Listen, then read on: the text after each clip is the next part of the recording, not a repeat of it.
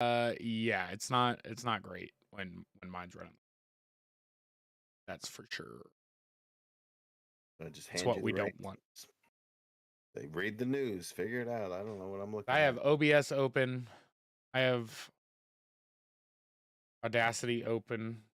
Yeah, I have OBS. I have OBS streaming to YouTube, Facebook, and Twitch. I have Audacity recording a show live, separate from the recording that's happening on the Twitch. All that. I have Google Docs open and Discord full screen. Woo! Yeah, it's a good thing you've got the battleship. There is 'Cause no doubt. if it was up on me, man, it would be holy moly. I'm looking at the live feed on Facebook and it doesn't have our pictures in there yet. I don't know if that's issue. uh,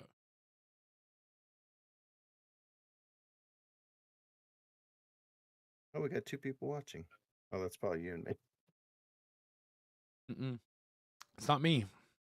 Uh-oh. We had somebody else in there? Oh, there it Dude, I is. had like 8 viewers at one point this weekend playing Valorant. I ain't empty. You're empty. Yeah, you're kicking ass on your streams, man. Keep it up. I got a new subscriber for the YouTube channel via the gaming. Pretty good. Oh, you're empty.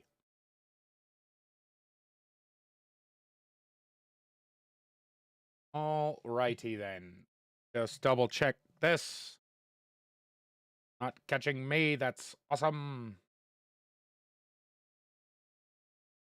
All right. Double check. Check it to check. Thanks for popping in, Drew. Always a good time. Always. Why would we change your mind? Always a good time. We agree with. He's saying Halloween 3 is a great movie. Changed my mind. Nah, I mean, Season of the Witch is good. I've seen you posting. You're on a Halloween 3 kick going on right now, sir. So You're on one with it. On one with it. Oh, this is...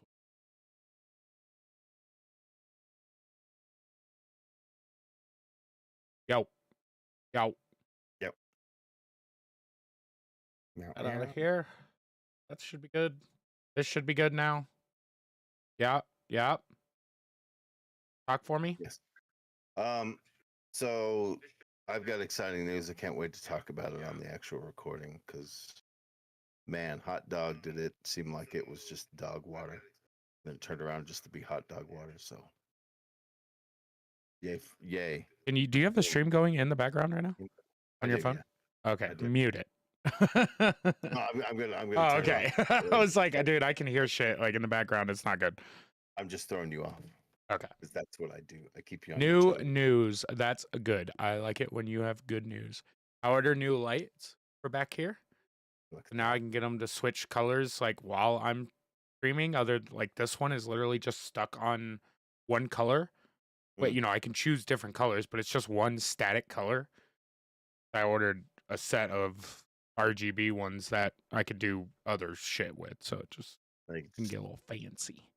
Have a little disco going in the background. That red's pretty ominous looking. I'm ready for Freddy Krueger to pop through your wall and just... Yeah. Well, it goes with the like Stranger Things vibe I have on that stream, so. Yeah. Stranger Things, a heck of a show. I don't know. I've never seen it, so. Yeah, it's all right. That's what they say. I can't believe people. I don't. Here's the truth. Like I've never actually watched or played anything. I just fake it. I just bullshit. Till you make it. And it seems like so far I've fooled all of the people. Yeah, apparently you're a pretty good reader. We both know that's not true.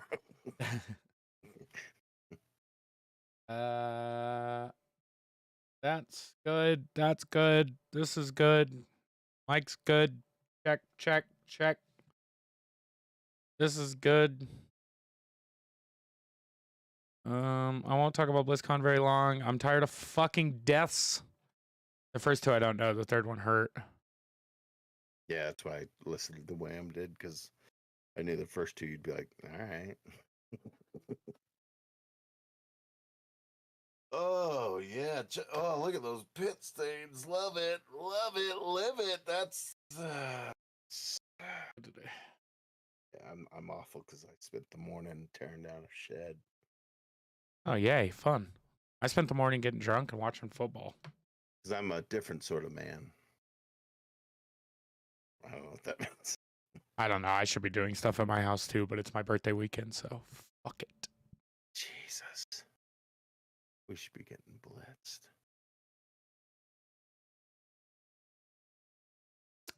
You're not wrong. You ready?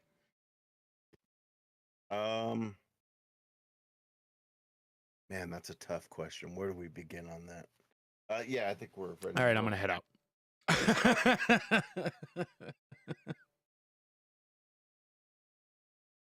It's distracting. You're not gonna play a movie today? Do you want me to play a movie? I don't know if it'll get us popped. Honestly, I have no idea. I'm I intrigued. think if the sound's not on, it wouldn't matter. So if you want to throw one on, now's the time to do it. All right, let's see how it goes for one. We'll do it for one and see. Worthwhile. Just no sound. No sound. There's no sound. As low as it can go before being turned off. You know what I'm saying? Because yeah, pretty good one, right? What's pretty good? Oh, the movie? Oh, it's not gonna.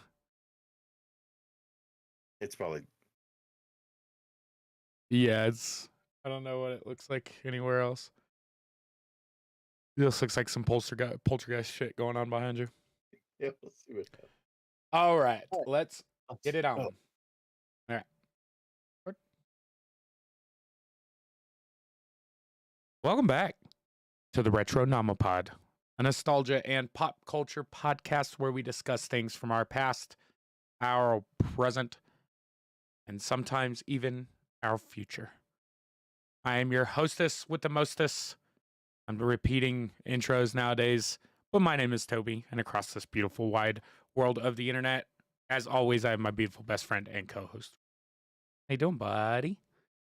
I like that you're playing with the intro a little bit, like you're changing words a little bit, so you're not just going past, present, and yeah, it's really tough, like to listen back, and I just don't have the energy to like take those out. You know, like it's just kind of a fucking problem.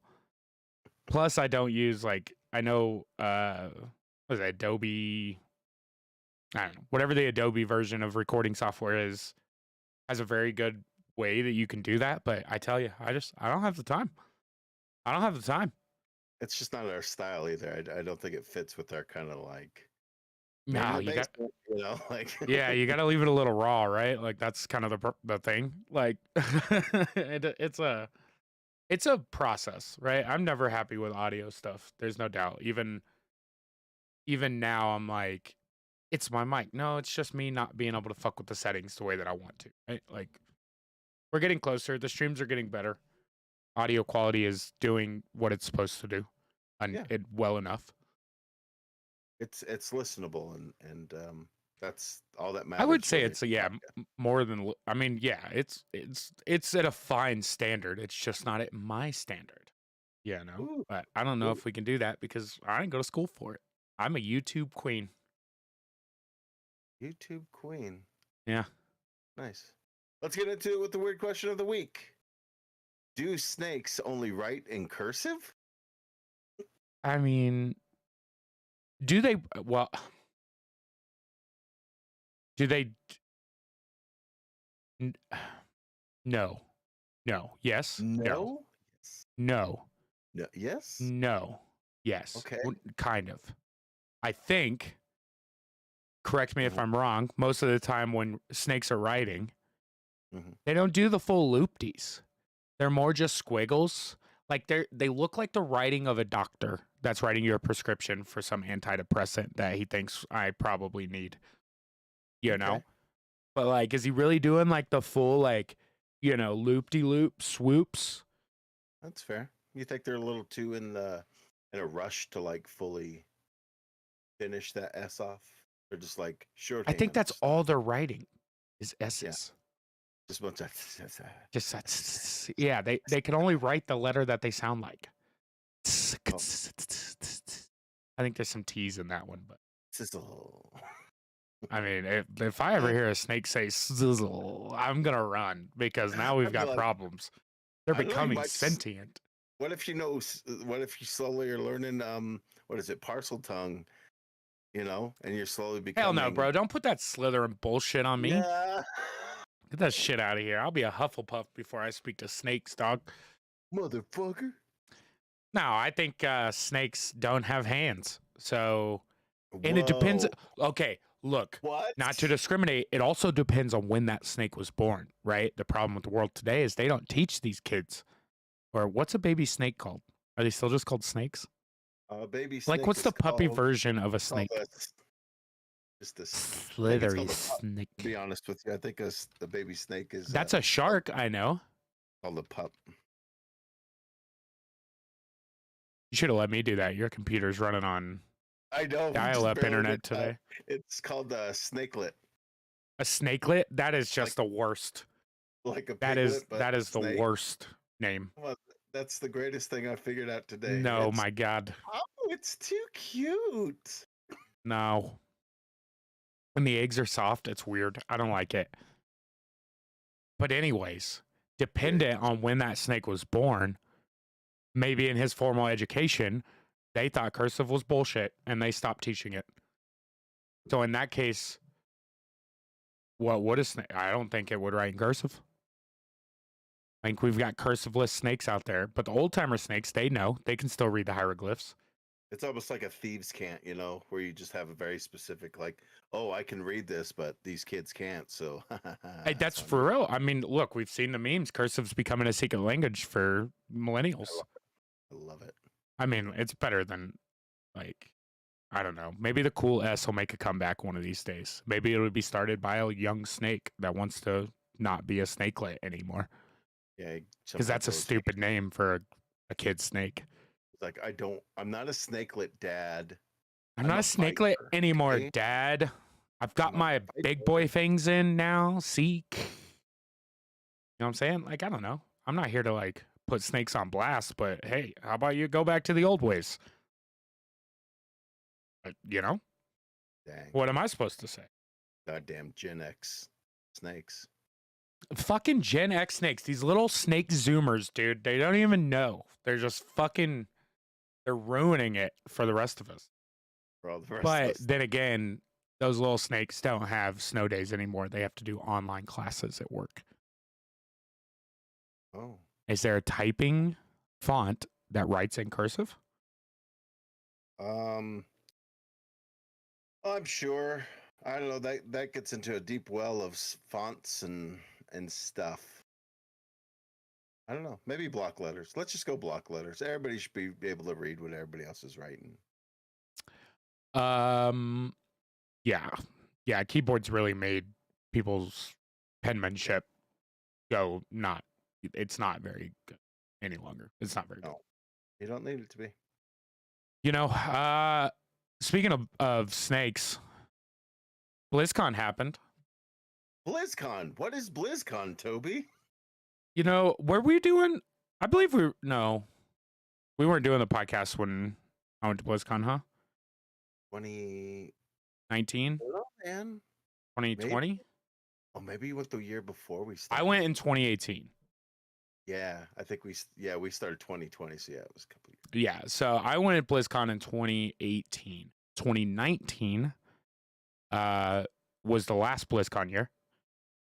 And COVID hit, so they haven't had a BlizzCon since 2019. Right? They come back. I really thought long and hard about making that trip this year and going back and trying to get tickets and doing the thing. Mm-hmm. The problem is when Brian and I went, BlizzCon was $250 for the ticket, right? BlizzCon's a 2-day event. You get Friday and Saturday. They're huge events. They're only Blizzard things. Yeah. but it's like a 4-day experience, right? You're there on Thursday. That's when you get to check in, get your badge. You're waiting in your first lines. You can go party, drink with all the people that are gearing up for Friday's opening ceremonies.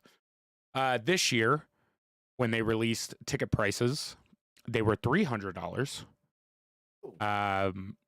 which isn't great. I mean, when you're looking at fees and taxes and everything, it's like, you're getting close to a G just for tickets.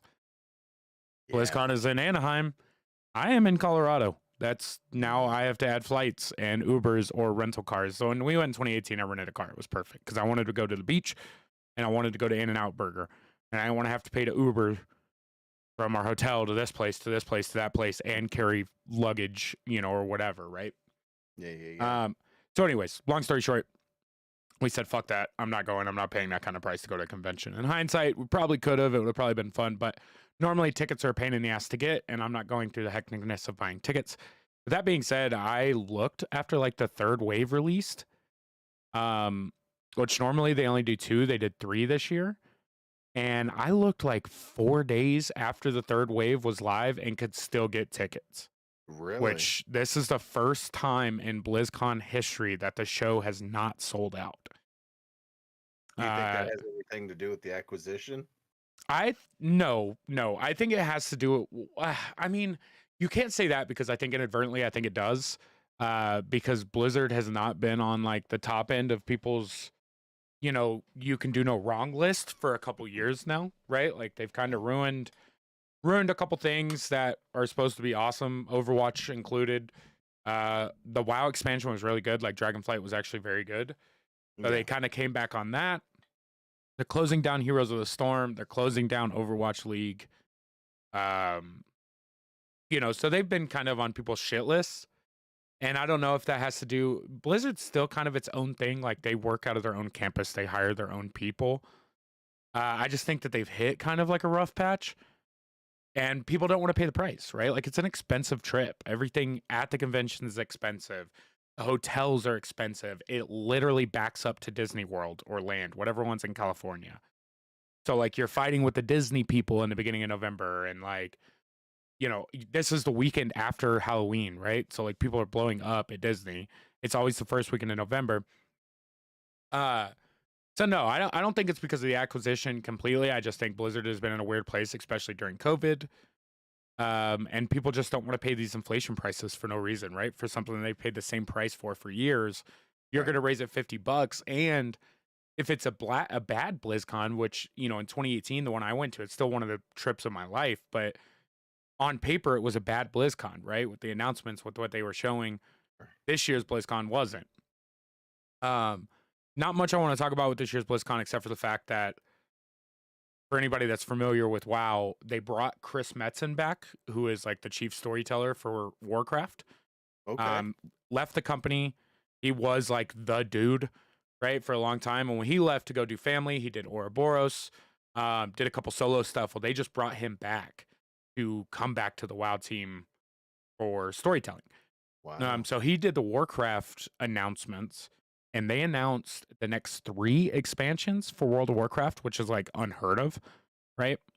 But it sounds like they're going to do something a little different. Like we're almost going to get an expansion a year for the next few years, which would be kind of cool because they announced a saga called the World Soul Saga, where we're pretty much, traveling underground and dealing with some shit.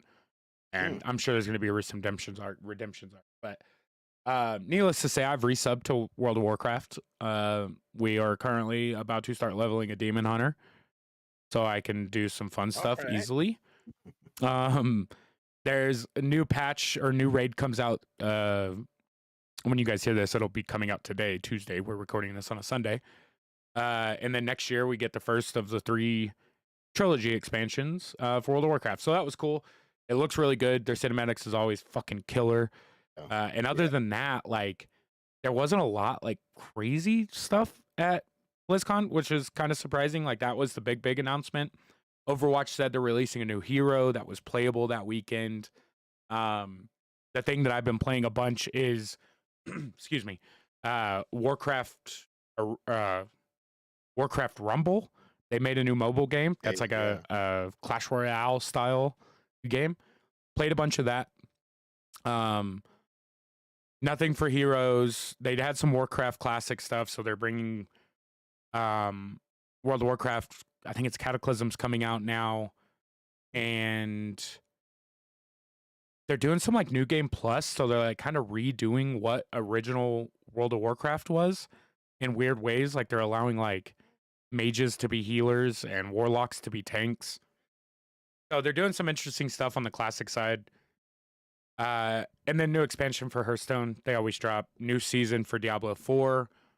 But otherwise, like not a lot of like crazy stuff. Like apparently it was a good BlizzCon for everybody. Like their announcements were cool. It's fun to be back. But at the same time, it's like not a lot to show, huh? Like we should have been getting a lot more than what we did considering the amount of time we've waited for big announcements. Anything. It looks like they do have a Diablo tabletop RPG that they announced. Yeah, that'd be kind of dope, right? Which is kind of like, oh, I mean, let's go. I love the lore in Diablo. It's cool. Like, if there's one thing Blizzard does very well, it's lore. Yeah. Across the board, right? Like, the Overwatch lore is good, in my opinion. The Diablo lore is awesome. And the World of Warcraft lore is unmatched in any kind of video game, in my opinion. Short of probably Final Fantasy, which most people think is awesome, but I'm not a Final Fantasy fan. So there's that. But yeah, awesome. BlizzCon happened. We're resubbed a WoW. It's going to be a problem. And I've played some new games lately. So some news. I mean, that train keeps rolling on. Like even if they're doing the damn thing still. They're still doing it. Bringing some old faces back is probably not a bad call and probably a good way to, get back into people's good graces to be like, hey, we're gonna bring him back and maybe he'll right this ship a little bit. But Chris Metzen coming back. I mean, for WoW players, you could talk to any WoW player, especially Horde players. Chris Metzen is the voice of Thrall, who's one of the main characters in World of Warcraft lore. It was a big thing for WoW players and to like get back to form. So it should be good for anybody that doesn't know. I am Horde for life. What? Got it on me. Always for the Horde. Loktar Ogar. I know. It's a hell of a tattoo. I know, right? I could lick it off. Tastes like snozberries. Yum, yum, yum, yum, yum, yum. Well, I watched a movie. Actually, I'll go into one thing that'll kind of lead into it. So, Alamo Drafthouse, as you know, we decorated it for the Halloween season. Yes. And last time I saw online, we were sitting like 10th place. We were kind of, it was what it was. Well, I went in for work one night, and they say, "Hey, did you hear the good news?" No, what's going on? And basically, they were like, "Yeah, we got second place." No kidding. 46 participating. Congratulations, dude. Second motherfucker. Second place. So who won first? Park Place or something like that. I don't know. It's some like East Coast location that's kind of bigger than ours. And I mean, yeah, you just wonder if you're gonna have to like call in like a bomb threat or something. Like, yeah, like hey, screw those guys. Go steal all the candy in the break room. It's got razors in it. Yeah, nice. Exactly. Congratulations. That's cool. Yeah, that I was curious because like you guys put a lot of time and effort into that. So to hear that it worked out the way that it did. I mean, second's better than nothing. It's no first place, but goddamn, especially considering nationwide, a random Littleton Alamo. Yeah. And they're not even the only Alamo here in Colorado. So that's cool. That's cool. Congratulations, dude. That's awesome. Thank you. And but moving on from that, like basically as a celebration for the help that my mom and Tiff both put into helping me make this, put it into reality. They helped put decorate and build things. We went to a movie, as you do when you win Alamo Drafthouse, you go see a movie. So we went and saw Killers of a Flower Moon, which is Leonardo DiCaprio's new movie. It also has Robert De Niro in it. And it's basically about, I'll just read the synopsis. When oil is discovered in 1920s Oklahoma under the Osage Nation land, the Osage people are murdered one by one until the FBI steps in to unravel the mystery. It's a very good movie. It's kind of about one of those like parts of history that we don't know about because it's it's dark. We're not a part of. and just the way that white people kind of move in and kind of screw over Native God, Americans. dude, us white people, bro. Man, We're the but it's a very good worst. movie. It's a long ass movie, 3.5 hours, no This is a intermission. Scorsese joint, right? It's Scorsese, so naturally he's got to, put all the details in it, and it's very well done. But yeah, it's like hold on to your horses, you're in for a ride, and Yeah, and Leonardo this has got like a. DiCaprio. Fucking, I was gonna say, yeah, it's got Leo. It's got a pretty packed cast, if I remember right. Like this was one that's not in my repertoire. You know this, I'm sure. yeah, When this, like, it is too critically acclaimed for me to give a shit about the drama, and right? But and we probably wouldn't have saw it in the theater, but my mom is a Leonardo DiCaprio fan, so it was like, okay, why not? Why not? I'm look, cool if with you're that. not a Leo fan, that's because you're a woman over 25. Some people will get that joke. And if you don't, you're probably over 25. Yeah. um, yeah, Brendan Fraser was in it as well, which is kind of a surprise. Like, hey, I know that face, but that's neither here nor there. But yeah, if you like long movies that are historical, there you go. Because this How had a did you big. like it? Like, I mean, I know you're one of those people that you don't say bad things about movies, right? But is this something that you're going to go watch again? Would you go watch it in theaters a second time? Not in theaters, man. It might be one that, like, oh, if I come across it, like if it comes to Netflix or whatever, I might watch it. But 3.5 hours is such a It's long too time long. to dedicate to a movie that it's like, If you'd have invited me to that and not told me and I showed up and then you told me that it was oh three and my a half god, hours long, I'd tell you to get your money back because I'm going to make it about 26 minutes.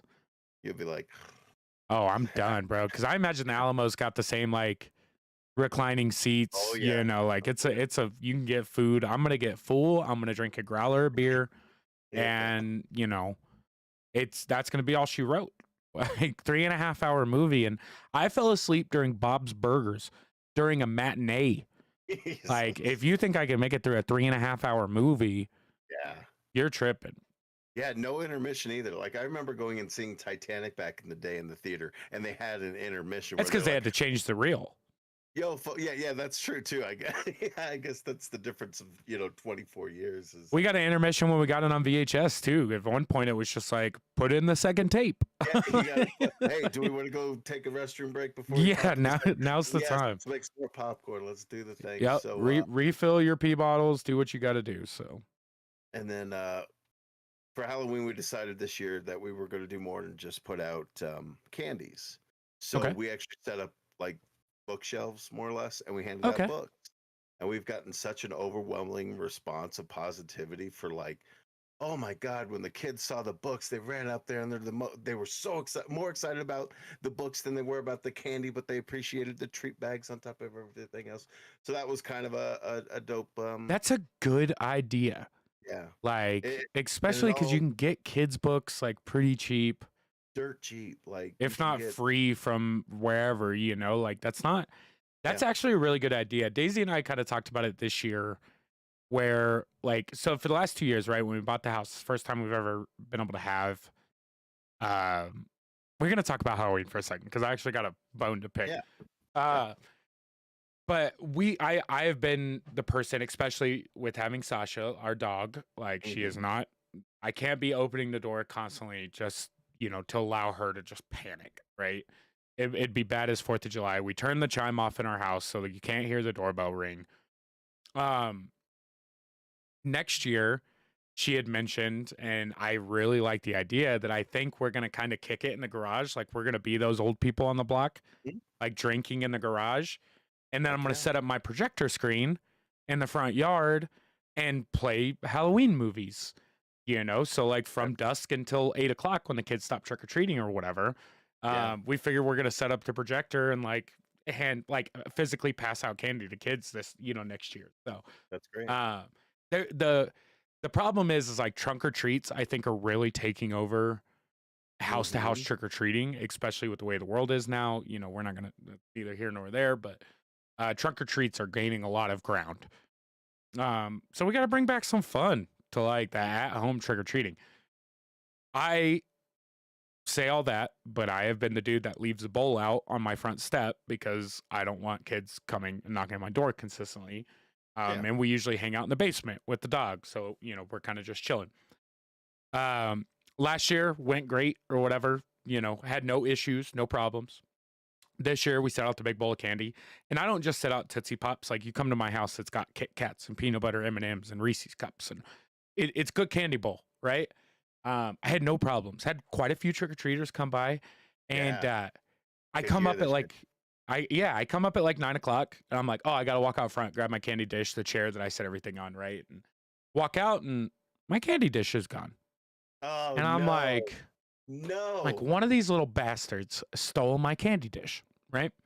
So I look around the front yard for a little bit to no avail, right? Don't find the candy dish; it's not there. So, of course, like a homeowner in 2023, I bring up my Ring app because I have a Ring doorbell. I'm gonna find this little fucker, right? And I find him, dude, and he comes out of left field at a full sprint and like comes up, swipes the bowl, never stops running, and just sprints back into the darkness, right? Has- Last year, we had a couple older kids that came a little later, right? They dumped the entire bowl into their bag. But it's not, but that's perfectly acceptable. You put my You're bowl like, back, it's late in the yeah. trick-or-treating day, steal all the candy you want. That's fine. At least this son of a bitch took my bowl, took the entire bowl like I was gonna shoot him or something over a candy bowl. Yeah. And it was just like, the Ring, has a neighborhood alert app or whatever. And apparently this is a problem. Like, this has become a problem. I wouldn't be so upset about it if you did it at an okay time. And it was close enough, like it's 7:30 when this happens, right? Mhm. And I had one set of kids come after the bowl was stolen. And it bummed me the fuck out. Yeah. Like, it bummed me out. If I would have had no more kids, I would have just been pissed and I'd have been like, you little fucker. But instead, I had to watch a missed Ring doorbell of some kids looking for candy. And at the end of like the whole little scheme, the kid looks down and then looks at his mom and he's like, I bet they had a bowl. And it was like, we did, kid. Like, but little fucking 14-year-old little Yeah. bitch decided to come do a drive-by and ruin everybody else's fun. And I even told Daisy, I was like, maybe I just don't do fucking candy. I was like, fuck these kids. Like, I wanted to like continue it on, but these little fucking assholes decide to be assholes, right? Like, and it's just, I don't know. It pissed me off. That's my bone to pick. It's my fault. I understand that. So I don't want to see shit in the comments about, oh, you could just pass out the candy yourself. Bitch, I know. All right. But I didn't. And instead, one little fucker ruined it for these 3 kids that came to my house at 8 o'clock. Right. And I was bummed. That bummed me out. Yeah. And understandably so, because it's just like, no, it's like, yeah, you're doing the right thing by your dog, and like, okay, we got to make sure Sasha's taken care of over, opening the door 20,000 times. It's like, that makes sense. That's unfortunate. But I don't know. We did the book thing because Tiff found a picture from last year of a gal dressed up as Belle from Beauty and the Beast. Oh, okay. Who literally had like a table set up with books on it, and she was dressed up as Belle. And so she's like, we should do that. I'm like, how are we going to do that? We're never home because we've got kids. She's like, I don't know, we'll do a bookshelf or something. And luckily we got these Fanta displays from King Supers, the kind of coffin looking ones. Oh, okay. And we just, awesome. yeah, and it looked great. Like, we couldn't decorate this much this year because we had housework, but that's And Alamo stuff and everything else. So it was a weird year, but we set up a little display. I'll throw up some pictures if you guys want on the old, whatever. Please. And but yeah, like it was successful for that aspect, and it was a good year for trick or treating. We went to a trunk or treat, and those really are kind of the deal because it's like it's so close, and you can see everything and everybody. Yeah, they're not shoving little kids into trunks or jumping out of bushes, right? Yeah. Like, so I can understand where it's at, but I'm just like, it's one of those old people things. It's like the get off my lawn syndrome, right? I'm like, the world is changing, and I don't like it. I think it's bullshit. And it's like, these kids don't get to experience the same thing that we did, but it's because they're little pussies. I'm not gonna hold. Most of these kids and parents are fucking idiots. We still made sure to go walk a few blocks of like, you have to door to door. Yes. Is there a light on? Is there a light on? Exactly. You don't go to it. And there was a couple of houses that were really dope where people are doing like you guys are doing, or what you plan on doing, and just handing out candy and just being outside and friendly and all that. But they were doing the coolest thing. They came up to the adults and said, "Hey, you look like you deserve a treat too." Oh, shooters. what you got. Just little shooters. Yes, I plan like on doing it. I saw the yeah, meme too that was like, if you're 21 and over, knock on the door. Otherwise, take a piece from the bowl. And it's like when and they then knock on the door, he's just handing out shooters to the and it was adults. so great because one guy had it in like an old turkey roasting pan, and he'd be like, "Here you go," and he'd reveal it. Or the other guy just had it in a cooler, and like so when kids were around, he'd have the cooler shut. So Oh, when it was yep. just the adults about to walk away, they were like, "Hey, hey, hey, I got something for you," and he'd open it, and there's mics and hard seltzers and Coors and everything Awesome. else under the sun. Yeah, So it was you like, throw a 12 there pack you of go. beer, a bunch of shooters, some Yeah, fireballs, Like, I take it think to that's it. awesome. It's just, yeah, no, that's cool. I want to do something like that. I think it'd be a cool experience, especially if you could have a couple friends come over where Yeah. it's like, hey, like, y'all trick or treat around my neighborhood this year, and we'll be here passing out shooters and candy to the kids that come. And then when you come back, take your kids home, we'll get fucked up with all the shooters that we have left over, Exactly. Like Yeah. so. But yeah, that was Halloween. Halloween, good year this year. Like, I gotta say, I feel like we're on the uptick of like trick or treating kind of coming back to the way it was when you were a kid. Like, because the last And couple of years, pre-COVID, right? Like, exactly. So I that's the felt like it thing. was kind of going downhill, but now we're like up on the upswing where I think people are really generally trying to get back in the spirit of like, no, we're gonna have our lights on, we're gonna participate, we're gonna be fun, we're gonna be friendly to our neighbor, community People and are all that starting stuff. to like people again or miss Yeah. people, like enough time spent in your house is just, it's not good. I promise you, I'll be the first one to tell you. But And I have a fun house to be in. That's the thing. I oh, surrounded for myself with awesome, fun sure. stuff. And then I'm like, I don't want to be here today. I'm going to go walk around the Goodwill for absolutely no reason so I can get out of the house. Yeah. Yeah, I don't know. Halloween was fun. It was good. I think, yeah, I mean, I still love Halloween. We've talked about it on the podcast 1,000 times. This is our holiday. And my favorite part of the year begins at Halloween and ends at Christmas. Yeah.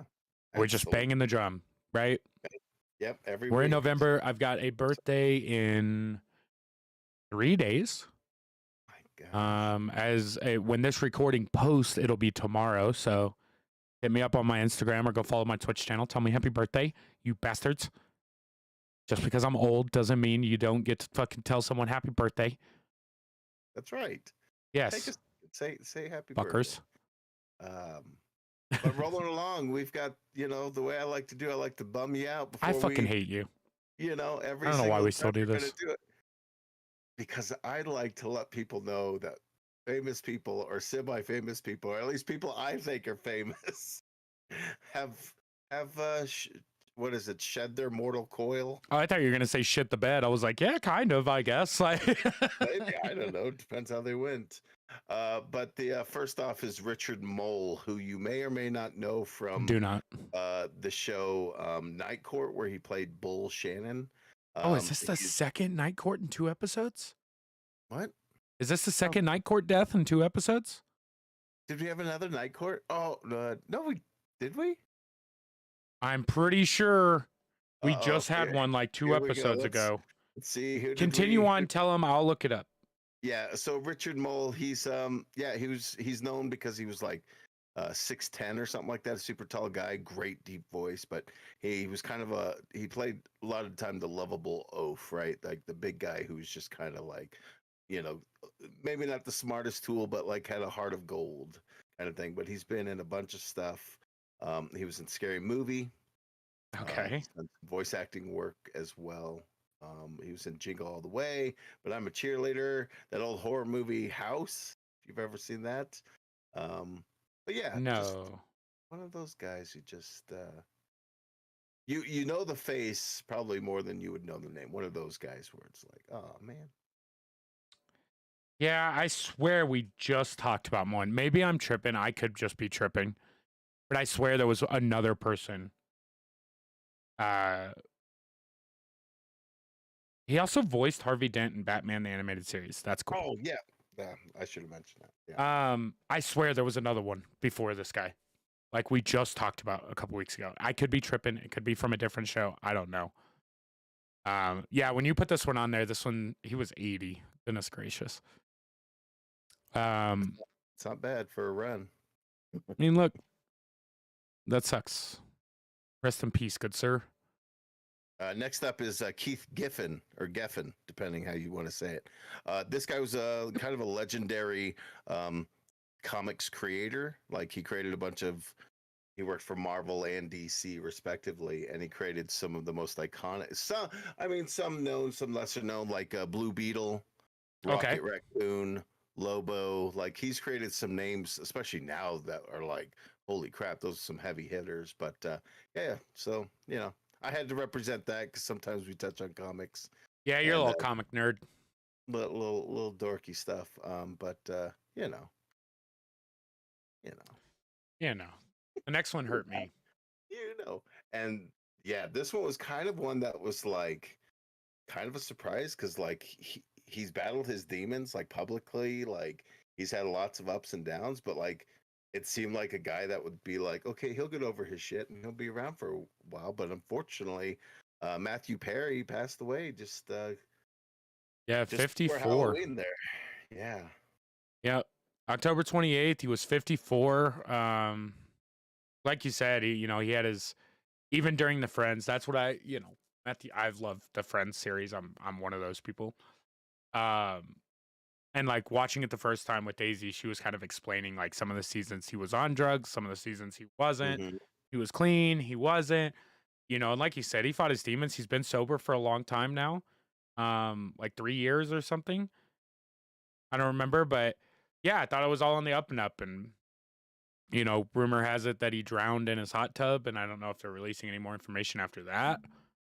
And I hope it was just a genuine accident because I don't know. I just wish it wouldn't have happened. But yeah, this one was a bummer. This was a legitimate bummer.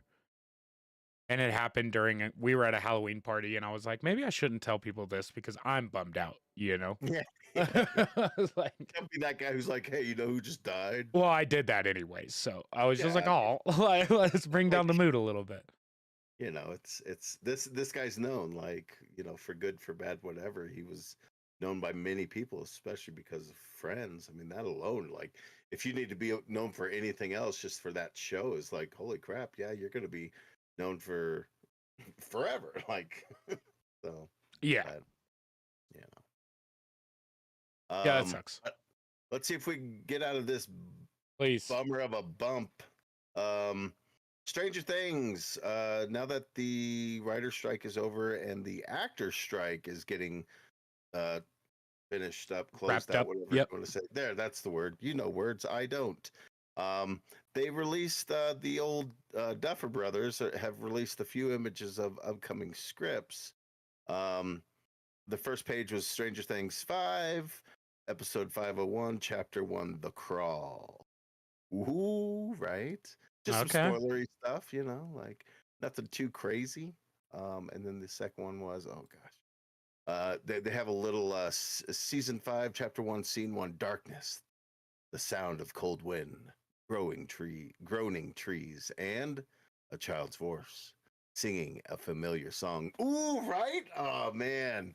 Yeah, I'm so ready, dude. Like we've Like, talked about it in the past. I am there are not many shows I fanboyed out to like I did Stranger Things and the way that I look.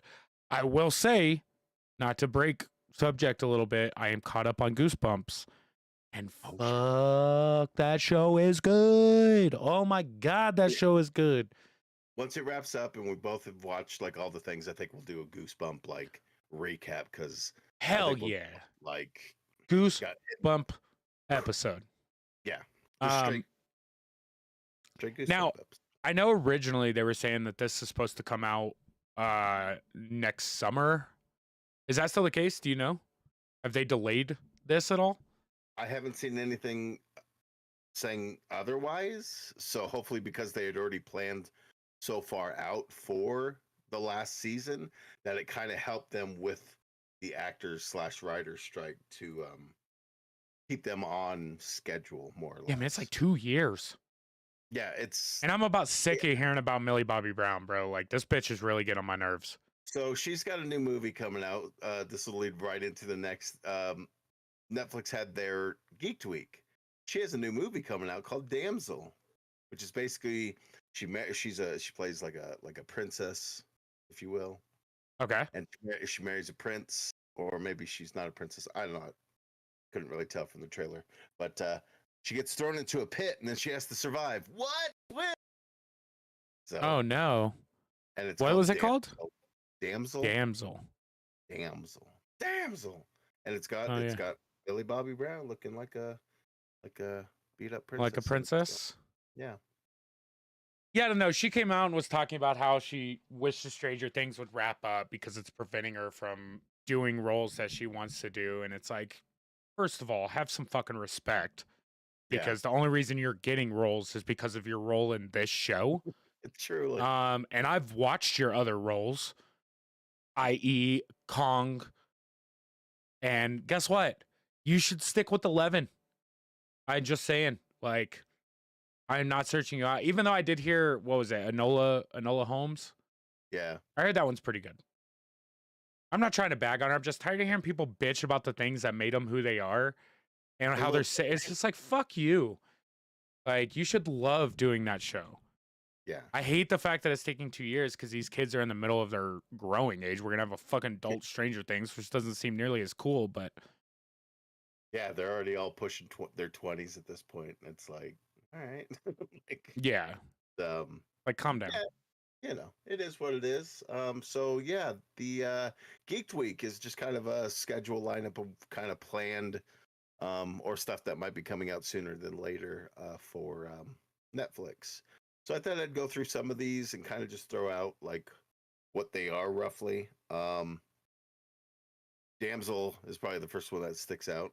There's this one coming out called The Archies, which is kind of a Indian take on Archie from the comics, and it seems Oh, like okay. it's less Riverdale and more like the Archie comics, where it's a little more, you know, not dark at all. Like, so interesting thing. Dead Boy Detectives. It's about two ghosts that solve mysteries. Kind of a cool idea. It's written Okay. by originally from a book written by Neil Gaiman. You know, that guy Nope. who's no, you don't know Neil Gaiman? I Who don't did know the name. American Gods, Good Omens, a Sandman, you know, Oh, okay. just stuff. But yeah, that's one that comes out looking good. They're doing another season of Sonic Prime, which is fun. They've got a bunch of freaking video games that are coming out through Yeah, Netflix. they're porting a bunch of stuff to the Netflix app. Um, for me, look, I'm not a mobile gamer. You're Yeah, never gonna catch me like I just don't have that kind of time in the day, right? Like if I'm gonna play games, I'm gonna sit and play games. for sure. So like, and they've put a couple stuff that I think that they should go more towards the what was it Black Mirror that did it, Mm, the Banger Dash or whatever, where they were doing like the Choose Your Own Adventure yeah, interactive show. Like that is something I think you should put some time and effort into. Porting games to Netflix, like you saw what happened with Amazon Luna, you saw what happened with Google Stadia. Like it's just not. You're people, wasting your money. Like yeah, people you aren't just going to don't play them see that that. way. Yeah, Anybody that's going to play that style of game is going to have a console to play that style of game. Like it just exactly. I'm not going to go to Netflix to play Hades. I'm going to play Hades through it, Xbox. yeah, But or on my Switch where it's yeah, amazing, oh yeah, like it's just, yeah, while I'm watching Netflix cuz now you're making me decide if I want to watch Netflix or play games on Netflix. And guess what? I'd probably just want to watch Netflix or have Netflix playing in the background while I'm playing something in its native, area. exactly. You know the playing card game, Exploding Kittens? Have played quite a few games of Exploding Kittens. Well, there's a TV show coming coming out based on exactly that. Look, this could be good if they do one thing, and that's keep it mature rated. Because there is a card in there with a kitten in a Pope hat giving you the fingers. And if it doesn't keep, I should preface that with I play not safe for work kittens. There's two options you can buy. Apparently, the safe for work ones, but I play the not safe for work ones, and I want them to do the not safe for work ones because they are exploding cats, and you got to do something fucked up. Yeah, In my opinion, I'm with you 100%. And the show does look like it's going to be pushing those boundaries a little bit. I hope so. Um, they did a little bit of an update on Devil May Cry that they've been working on since 2018, which is kind of insane to find out. But they're trying to make a anime series for Devil May Cry, which is dope, based off the game series from PlayStation and Xbox and all. That might be cool. Yeah, I mean it fits perfectly in the anime world, so why not? Terminator is coming out with an anime series. I think that probably is going to be awesome. Yeah. Like the concept of that in the Terminator universe being animated, oh, that's right up my alley for sure. Nothing more known about that. It was more just a teaser of like, back in 1997, blah blah blah blah blah. Scott Pilgrim takes off. They did another little like, hey, this is what I found out actually from this little thing is that they got the original cast from the movie to kind of reprise their roles, but this is animated, so like kind of cool that like So it's Chris like Evans Michael came Cera back, and Michael Cera, and I all forget the the girl other who played freaking. Ramona Flowers, but There's like everybody and anybody at this point, like, um. So yeah, that's gonna be that's cool. cool. They said it's familiar but not the same thing. They released a trailer for Rebel Moon, which is Zack Snyder's big sci-fi opus. That's whatever. It's part one, and there's going to be part two. It's supposed to be this huge, over-the-top sci-fi thing. I'm Yeah, hoping so to he's see. doing Star Wars in 2023 is what He's it's trying to sounding do like. his thing, and His space opera. exactly as they all like to do. So Yeah, we'll yeah, see. I yeah. mean, it's Zack Snyder. He did, Army of the Dead and stuff like that. So Army I've of Thieves and and yeah, like Justice League. And done some dope shit. So he's I'm done some dope shit. behind him 100%. Three Body Problem. This stars, I can't think of the actor's name right now. I could look it up, but the guy who played Sam in Game of Thrones, Sam Tooley. Oh, Where yeah. Okay. basically there's like this Oculus device that you put on, and it's so realistic that you like if you spend enough time in it, you can't tell what's real and what's fake. So Okay. kind of a What little we're teaser getting on to in the that. world.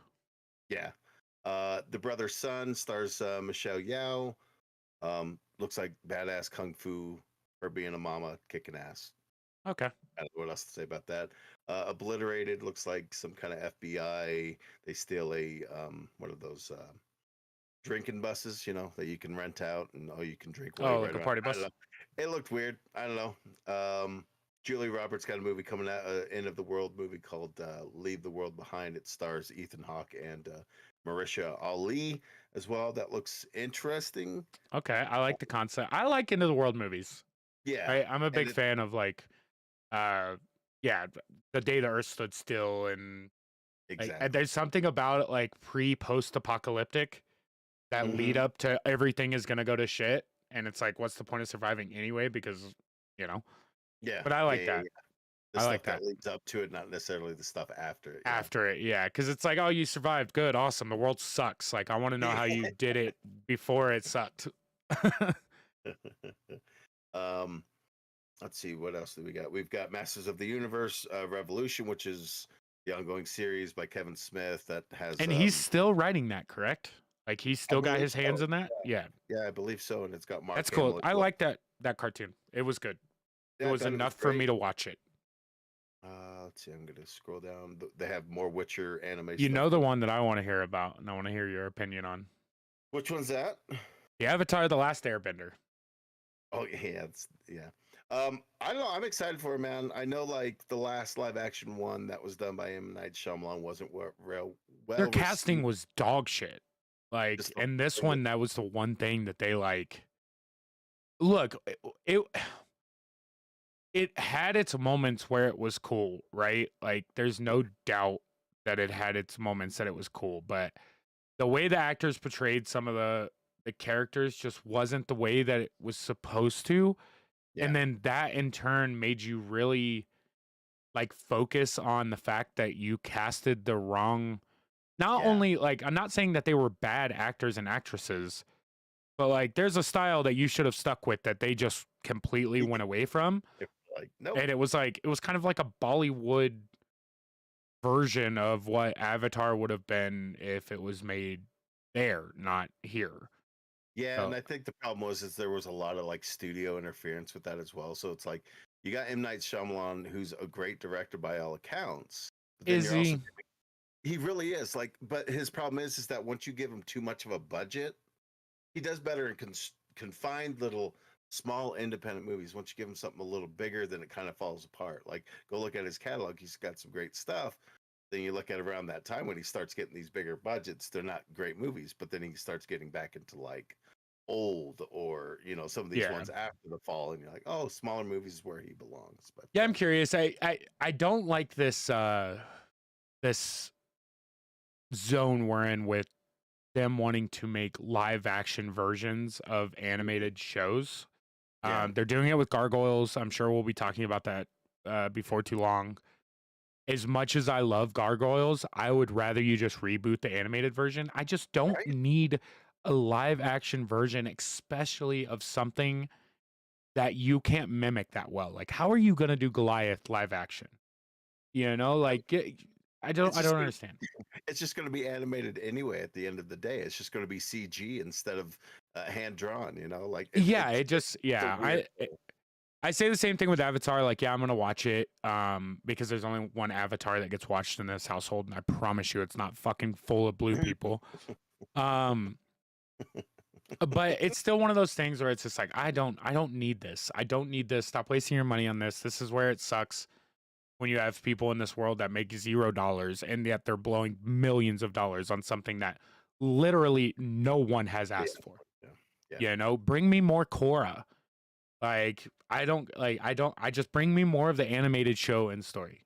Yeah, I mean that lore that they created just from the first season, and then Core coming out and like making it. Oh, this is in the future. Go backwards, go forward, continue the story forward. Like either way, like there's so much that is like, oh, what was the previous avatars like, or what was the Yeah. one after Core? Like there's so many things that they could do. I'm 100% with you. Where it's just like, no, just keep doing the animated series. It's rightfully too good to be a kid show. The whole Like 100%. And the whole reason it is what it is because of the fact that it's animated and awesome. and And that awesome. you can do whatever you want in it because it's animated. Like, I don't know. It's one of those things. I'm over it. Like, stop. Like, I am a sucker for you pulling on my nostalgia strings, but don't do it this way. It's not what we want. I promise you, it's not what we want. No matter how good you make it, we're all going to bitch about the fact that it was unnecessary to make. And it's never going to hold up to what the cartoon was. Yeah. Well, speaking Anyways, of live action rant over. remakes, Yu Yu Hakusho is getting its own little live action remake, which Japan's known for doing that with popular animes, and this one no exception. Ghost Hunter stories. Yu Yu Hakusho guy dies and gains these spiritual abilities. Who he actually uses his finger. A handgun. Yeah, it's handgun. I love Yeah. it. But it looks good though. Like from all accounts. And One Piece, for all intents and purposes, apparently had a pretty good. They Like, killed it people on One really Piece. liked One Yeah. Piece. And that's saying something because you're talking about like the longest running anime of all time, right? Like, so I don't know. It's one of those things where sometimes it works, and I don't want to hate it, but you don't do it with American animation. It never works with American animation. Yeah, something about it.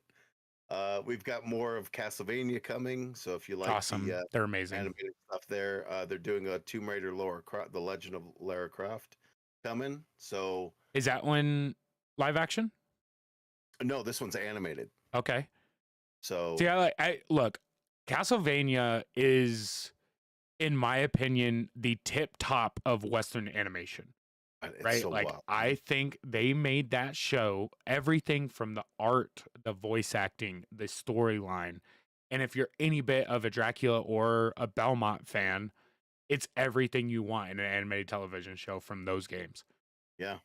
Dracula may be one of the coolest characters in Western animation. Like, they absolutely killed that dude. Pretty damn dope. We've got had a little teaser of the Umbrella Academy season 4, the final season. We'll see what happens with that. Squid Game: The Challenge is another featurette on it about people doing the Squid Games things, but nobody actually dying, kind of thing. Yeah, right. Let's see. There was this anime that's coming out called My Demon, which is kind of cool, where like demons basically take over the earth, and the humans are trying to uprise against the demons to do that. And this is about a kid and his little pet demon and doing that. Ultraman anime. They're doing a Ultraman Rises where he kind of becomes a dad through like getting a kaiju that normally he would just kick the Okay. shit out of. It's super weird, but it's like, all right. I mean, why not? If you're a fan I of Ultraman, guess. go for it. Like, and then they have a Jurassic World new show coming out. It looks like it's in the style of the Cretaceous, um, Yeah, the the animated Cretaceous series show, they did not too long ago. and it just looks like it's kind of in that art style. And it almost seems like it might be the next, like, oh, here's what happens to the kids when they grow up, kind of thing. Yeah, They've got Life on Our Planet, which is just kind of a crazy kind of CGI documentary about dinosaurs. So you can't argue with that. that's cool. They little featurette on the new Chicken Run movie, and I guess there's going to be a game for it as well. So there you go. Obviously Avatar, and then there's this kind of neat movie called Orion in the Dark, where basically it's this kid who's afraid of everything, and darkness literally manifests in front of him and says, "Hey, let me show you what I'm like, so that way you're not so fearful." And I don't know, it looks like a fun kid romp of like, you don't have to be as scared of the dark. The dark is not as bad as you think. But that's the quick, fast, dirty of Geeked Week. Go to their YouTube or to the Netflix website to watch those trailers for sure, because there's some dope shit coming. Um, some of it's coming as early as this week. Some is coming 2024, 2025. So yeah, Cool. move I like it. right along. So one of our favorite routines in the morning is to get up and watch Good Mythical Morning. Those guys crack me up. They've got very much our sensibilities as hosts, and they've kind of done something awesome that makes a lot of sense. They made their own cereals. Makes They called it sense. Mishmash, Makes even more sense. and they've got two cereals. Like I said, one's a peanut butter and honey sandwich, which self-explanatory. And evidently, they made this cereal so crunchy that you can literally let it sit in milk and it will not go soggy. That So sounds so good. That's a combination that I don't feel has been done, which is saying something. right. And the other cereal they got is a sweet mac and mellow. It's literally in the shape of little macaroni noodles, and it kind of has the color of macaroni and cheese, Yeah, it does. but it's corn cereal with little marshmallows.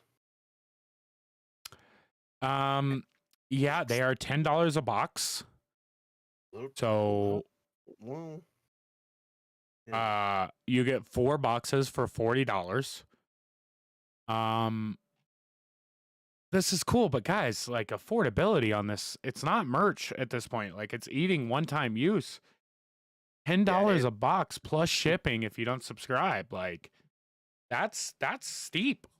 It is steep, especially to try something. You're dropping quite a bit of money, and yeah, and you buy the 4-pack because you know people are going to put one on the shelf and then eat one.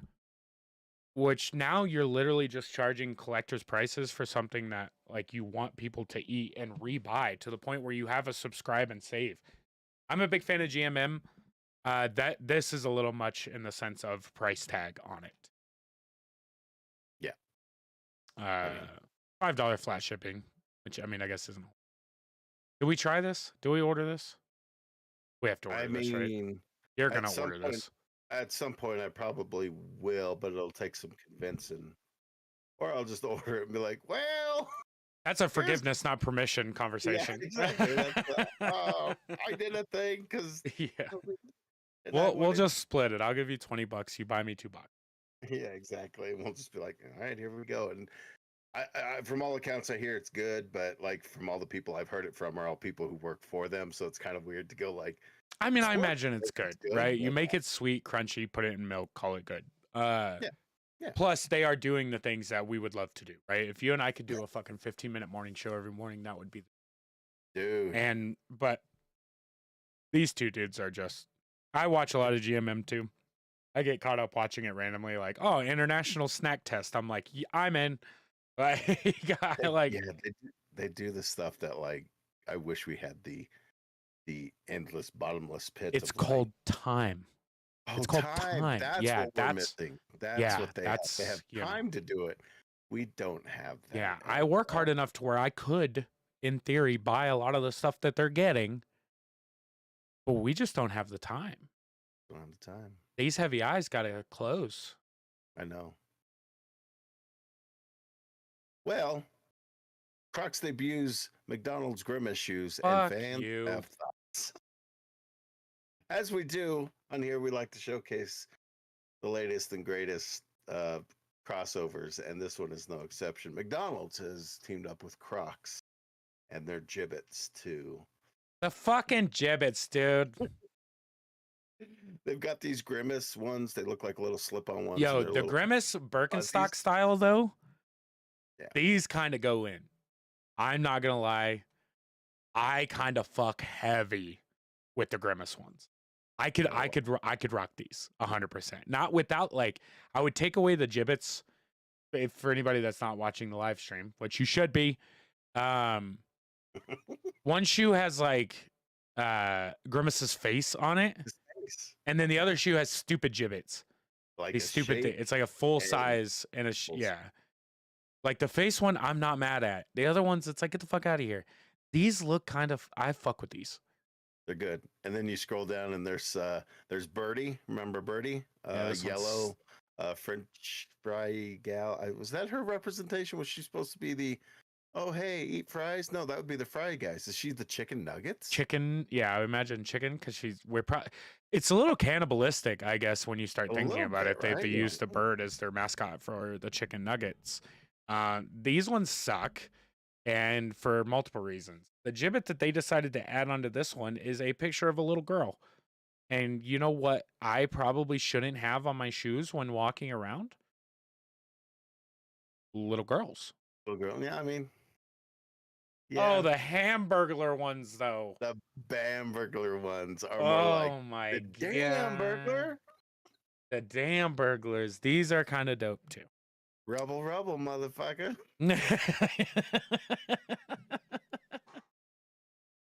Yeah, they're black and white striped with yellow inside and yellow sole, like top and bottoms, inside and out. Pretty damn cool, man. Those are okay. Those are okay. Yeah. Going down, we've got some just red and yellow French fry ones. These make sense. Ones. Whoever marketed with these ones is pretty spot on, I will say, because these, the way that they, like the way Crocs are shaped in general, these genuinely look like French fry holders that you just put your feet into. Like they did pretty good on these. Yeah. I hate that they're doing stuff like this, but I mean, 3 out of 4 ain't bad, right? Like Birdie's the only kind of one that you're like, oof. All right. Yeah, I mean the red French fry ones aren't good. Like, don't get me wrong, these aren't the ones that you buy. You either buy the Grimace ones or you buy the Hamburglar ones. If you buy either of the other ones, that's because you wanted them so bad and they were sold out of the ones that you really wanted. Yeah, right. Right, like you just wanted to be part of the crew. I guess. Yeah, the Birdie ones looks like they have saggy titties on them. The French fry ones are genuinely just painted a shit red color. You know, it's fun. People in Florida with their tan feet would look like their feet are the French fries coming out of a box. But that's just a weird thought. Yeah, sometimes we don't need to say those intrusive ones out loud, you know? The innards became outards. But yeah, that's a fun little collaboration. Oh my God. I hate you sometimes. No, you don't. I've said it 3 times today, bro. What are you doing to me? Well, if we're going to get you in some trouble, I found something on the old, Doom place called Entertainment Earth that sells the coolest toys on Earth. World of Warcraft Wave 1. It's a case of 8 different figures from the World of Warcraft mythos, I guess, lore, if you will. Okay. So it's kind of apropos that we brought this up when BlizzCon just happened. But they've got see, and I'm going to try to go through these, but I got you. Yeah. Okay, Here, so my first question on these were if they were doing character, like if they were pulling characters from World of Warcraft lore and storytelling. They are not, which is kind of surprising. Okay. Now, I would have to look at some of the armor that they're using. The first thing that I see about this, first and foremost, is who it's done by and how much the price tag is. Oh yeah, yeah, Um, yeah. the first name that you see on here is these are McFarlane toys. Fucking Uh, McFarlane. so that alone will tell you quality, right? And they look they look pretty God, good, man. so The damn good. weapons look good. Um, there's 12 total. There's Oh, there's 12. 8 total. Yeah, yeah. I was gonna say, did I miss one? They give you 4 classes, with 2 different poses for each class. Oh, the Total fuck. price $240. Now, mind you, these aren't toys that you're gonna play with. Like, these aren't toys that are coming out of the Mm-mm. packaging. It is not happening. But Even though they included in look here, in this case of 8, like I said, you get 4 classes, 4 races, which is cool. I wouldn't have chosen the ones that they did, but neither here nor there. Human Paladin, what? These don't make sense. human paladin warrior common. Yeah, those wordings you kind of. You're getting double classes here. I feel like they Something's wrong here. Let's go look at this packaging. maybe. Orc warrior and orc shaman. Okay. Okay. That makes sense. So they're showing both classes that you get. So you actually get 8 different classes. Fun. Or yeah. Anyways, you get a human paladin, a human warrior, in common and epic, an elf druid, an elf rogue in common and epic, an orc shaman, and an orc warrior. Great classes for them to be in. And then an undead priest, undead warlock, which my World of Warcraft mage is an undead, right? Yep. I play an orc hunter. I play a blood elf paladin. I have no human characters because I don't play Alliance. So there's that. These are cool. They're McFarlane's. I'm curious if they're gonna sell these through the Blizzard Gear Store. Yeah, I don't know. Like as far as I know, it's just on Entertainment Earth because that's kind of a good one-stop shop to find kind of really cool action figures for kind of plethora of different, you know, IPs and They're stuff. pretty good, man. Like I'm just looking at them, like some of the weaponry that they allowed them to use. It looks like they just give you armor and weapons for each class, so you get one statue but 2 different class sets. I wonder So if you can that's interchange things like take, like you if know, I could do a human like a warlock. pauldron from one to a chess piece to another, you know, like kind of mix and match. Yeah, that'd be interesting, right? Yeah, I'm curious if they use like actual tier sets like that would have been in the game, or if they're just kind of making up their own armor sets like generic stuff. Maybe it's still Some of dope as these hell. seem familiar. Like the priest one really does seem familiar. This might be a real set. The priest one may be the coolest. I'm not gonna lie. I would hope that they would have like I imagine they probably did have some like input on like, yeah, here's, you know, here's what you should gun for, because it feels like they are accurate to the world of Warcraft, if it's not anything specific, but at least could fit within the realm of like, you know, kind of the Oh oversized yeah.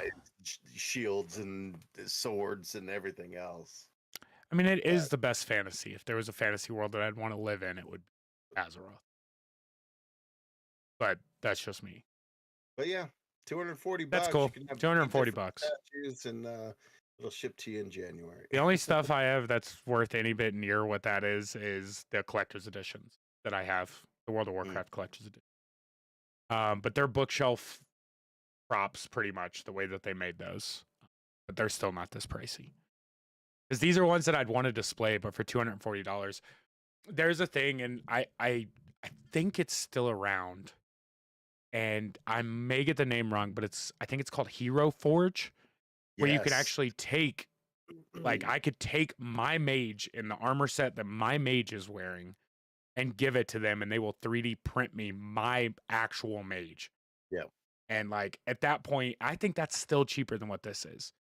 And you can Yeah. have one unique to you. Yeah. That is your actual character. So this is cool. McFarlane's cool. I'm hoping I can catch these when they're about $80 for the set or less.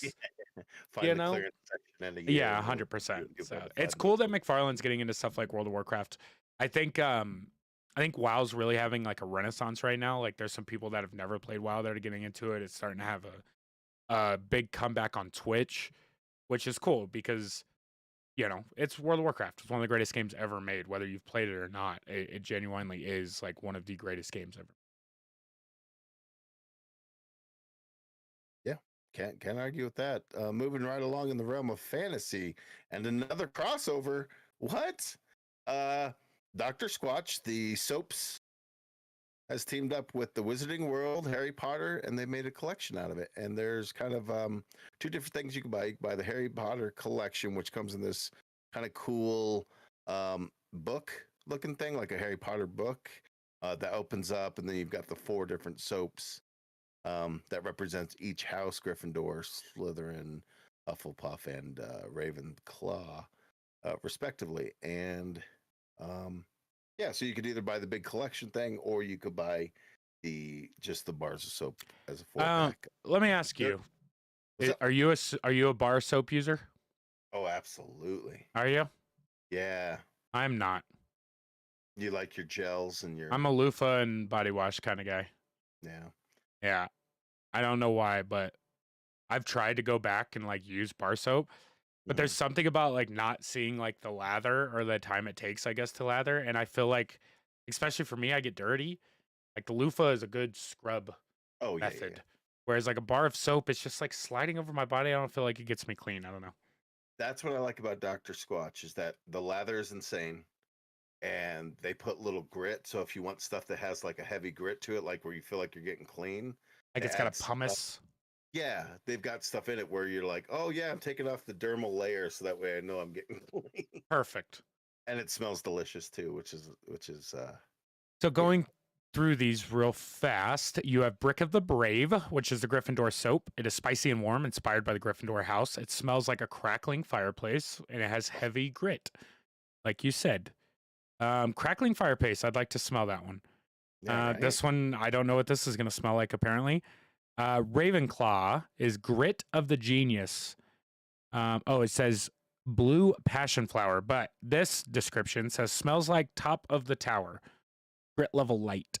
I think it's like yeah, they're trying to be fancy. They're like, oh, smells like a crackling fire, and then it's like ingredients are some basic some Yeah, swordgrass, griffonia, and lion's tooth. I have no idea what any of those smell like. lion's Um, tooth. What? you have Slytherin. The Slytherin house is Suds of the Sly. Smells like Black Lake. Oh, No grit in this one.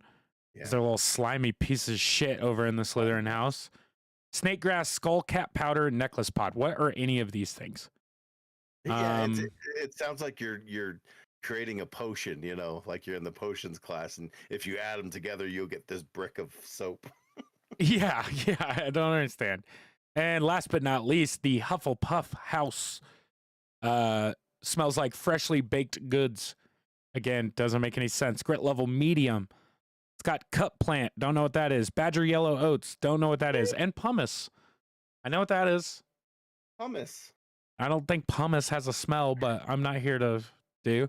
That's I'm cool. curious. I'm not a soap user. If they did a body wash, maybe I would look at it, but I think they do body washes, to oh, be I'm sure honest. they do. They all do now. You have to because you have people like me that don't use soap, but I fuck with Harry Potter, so Yeah, so you try to find your way in, and they have that's it. cool. Let me see.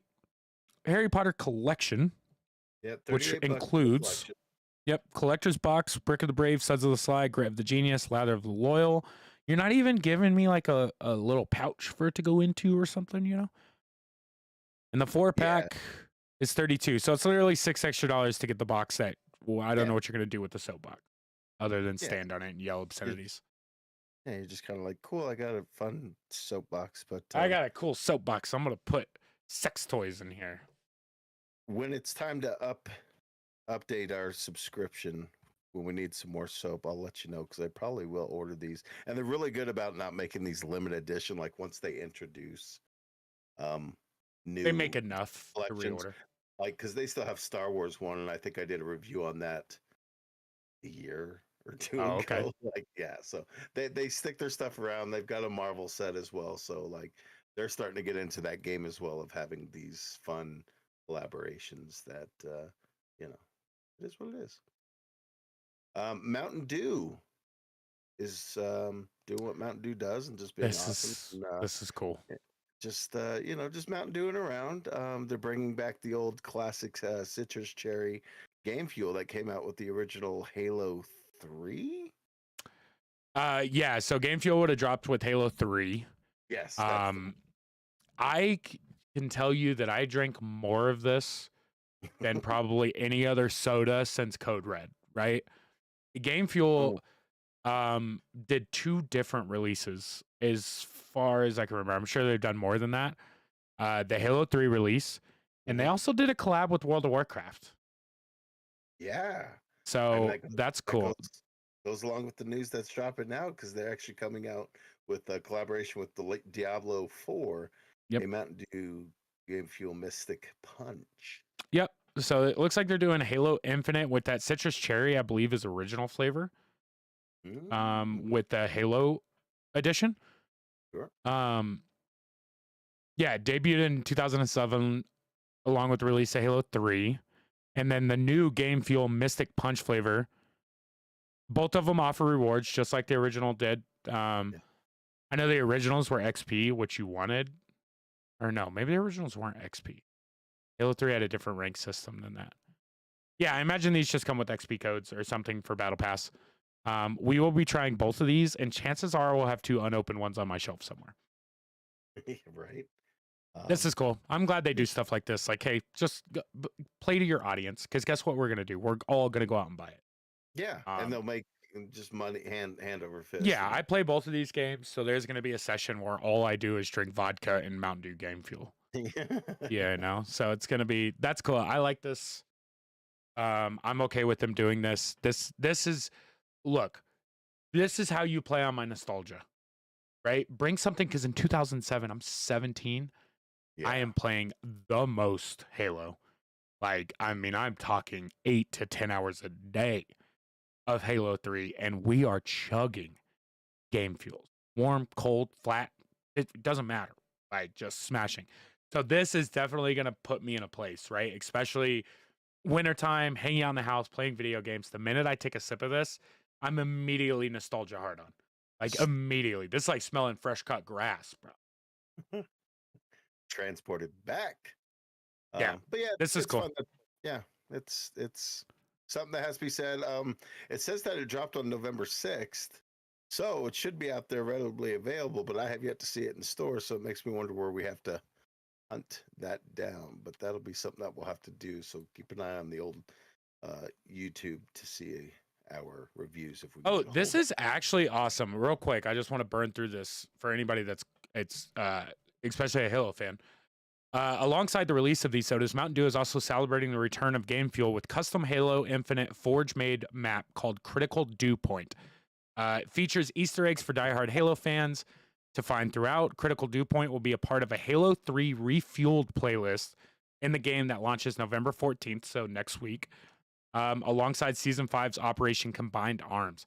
The playlist will feature Critical Dew Point and 7 other maps inspired by Halo 3 classics remade for Halo Infinite. This is fucking hype. All right? Like, this is fucking hype. Why didn't we lead with this part? You get Sylvanas reimagination of Guardian, dope map. Domicile reimagination of Construct. The Pit, which is one of the best maps in Halo history, is a remake of The Pit. Isolation, they're bringing back High Ground. They're bringing back Cliffside, which is a reimagination of Blackout. And Banished Narrows, reimagination of Narrows. That Pit map is gonna go ham. Guess what I'm playing next week? It's gonna be Halo Infinite.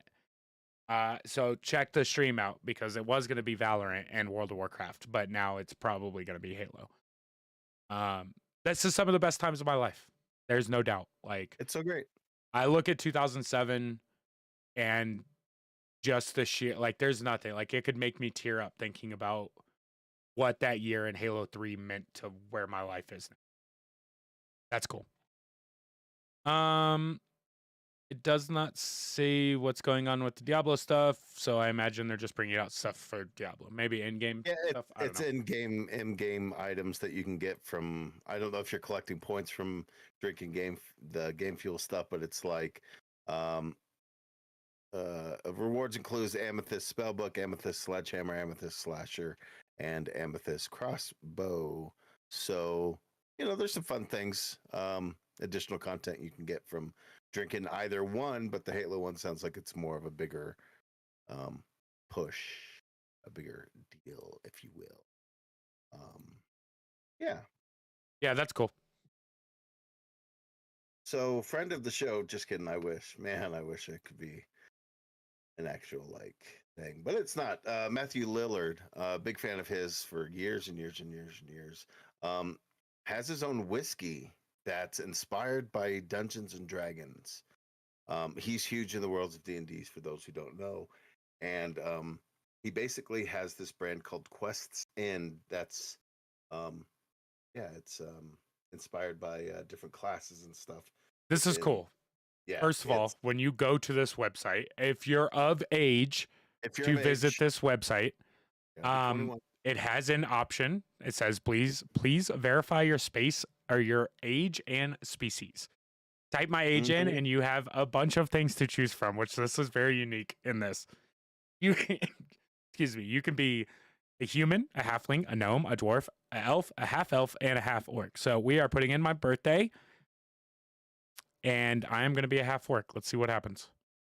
Nothing. It just allows me into the site. Yeah, but it's a fun extra step to get logged in. It is. That's cool. It's cool. You can play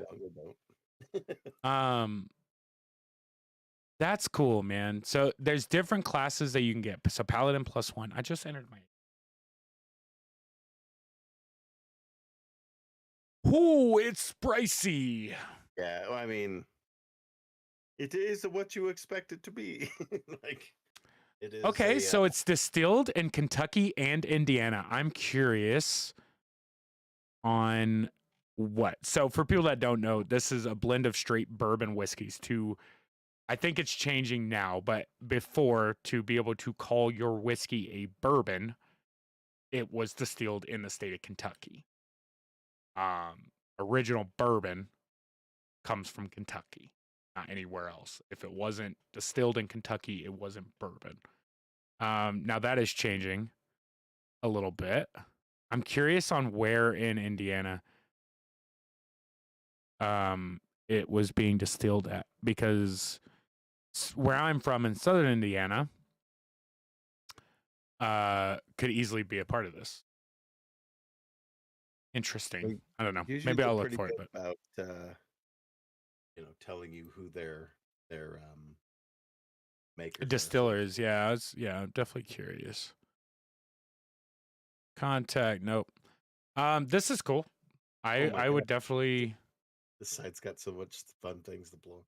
There's the Quest Inn Tavern that once you click on it, it'll have you set the scene. That's why I'm sitting in here. This is kind of boiling, orcs fighting, mirth and merriment, fire pit crackling, minstrels playing, and storm raging. So you could set your own scene while you sip some whiskey, I imagine. And it's just fun, I don't know. This is the kind of stuff I like in the world where it's like, yeah, it might cost a bit more. I mean, $150 for a bottle of whiskey, it better be pretty deep. And then so they got rad merch to go with it. God damn. Dragon, Warlock, Rogue, and Paladin. That looks like, yeah, they're sold out. Goodness gracious. Paladin is sold out, so Paladin +1 you can buy. The High Rollers Guild, which is a signed lithograph by Taylor Jacobson, and the 4 bottles, so Paladin, Rogue, Warlock, Dragon, is going to run you a cool $649.99. This is stuff that I'm okay with you pricing high, right? This is unique. The bottles are cool. You did a very good job. As the bottle empties, there is a HP chart on the side of it that ticks down as you empty the bottle. Oh, These are that's cool. great. Oh my God. That's just small little things that you Yeah. think about as a, that's such a brilliant. Yeah, these are cool. And I mean, anything Matthew Lillard touches, I'm a fan of. So good for him. Yeah. Yeah. So if anybody wants to send us a bottle, We will drink the entire thing on stream. No we problem. will get for schnickered while watching Halo. Yeah, I will get progressively drunker while I play Yeah, you Halo. will watch our HP lower as we yeah. put our constitutions to the test. Up next, do sometimes check out Kickstarter. There's some awesome stuff always on this platform. Well, as it was bound to happen, there's a the Jigsaw trials, where basically you are trying to figure out traps to maim and do bad things to people. Try to keep hold of your limbs in a new tabletop game based on the Saw film franchise. Do you want to play a game? Can I be honest? No, you don't. Okay, not this one. Not this one. This one doesn't. I don't know. I hate to like just bash on it, not having played it and everything, but I don't know if I'm a big enough Saw fan to really give a shit about this. I don't know. It looks kind of cool. I may be just talking out of my ass. I'm just being an asshole. I'm sorry. Go ahead. Continue. Saw the Jigsaw Trials is a 1 to 6 player competitive game where you combine cards to build traps and challenge your opponents while using tools and special cards to escape the ones set against you. It's a fight for survival, and only one of you can make it out alive. Okay. Yeah, the game is simple. You must create traps for others while using whatever tools you can find to escape those set for you. It's really like a battle royale where you're just trying to fuck over everybody else and take off limbs so you can be the new Jigsaw. Oh, there's a solo mode? Yeah, solo mode, and there's like an aggressive mode. Like they've they made it what it should be. Like it's Saw. What like you're gonna you want it to be a little fucked up, a little nasty, and it's exactly what we all think about when we think Saw, the crazy contraptions that get I do want the collectible. Right, that hand? They're doing a severed hand collectible. It's a life-size severed hand modeled to match the box art. This is pretty fucking sweet.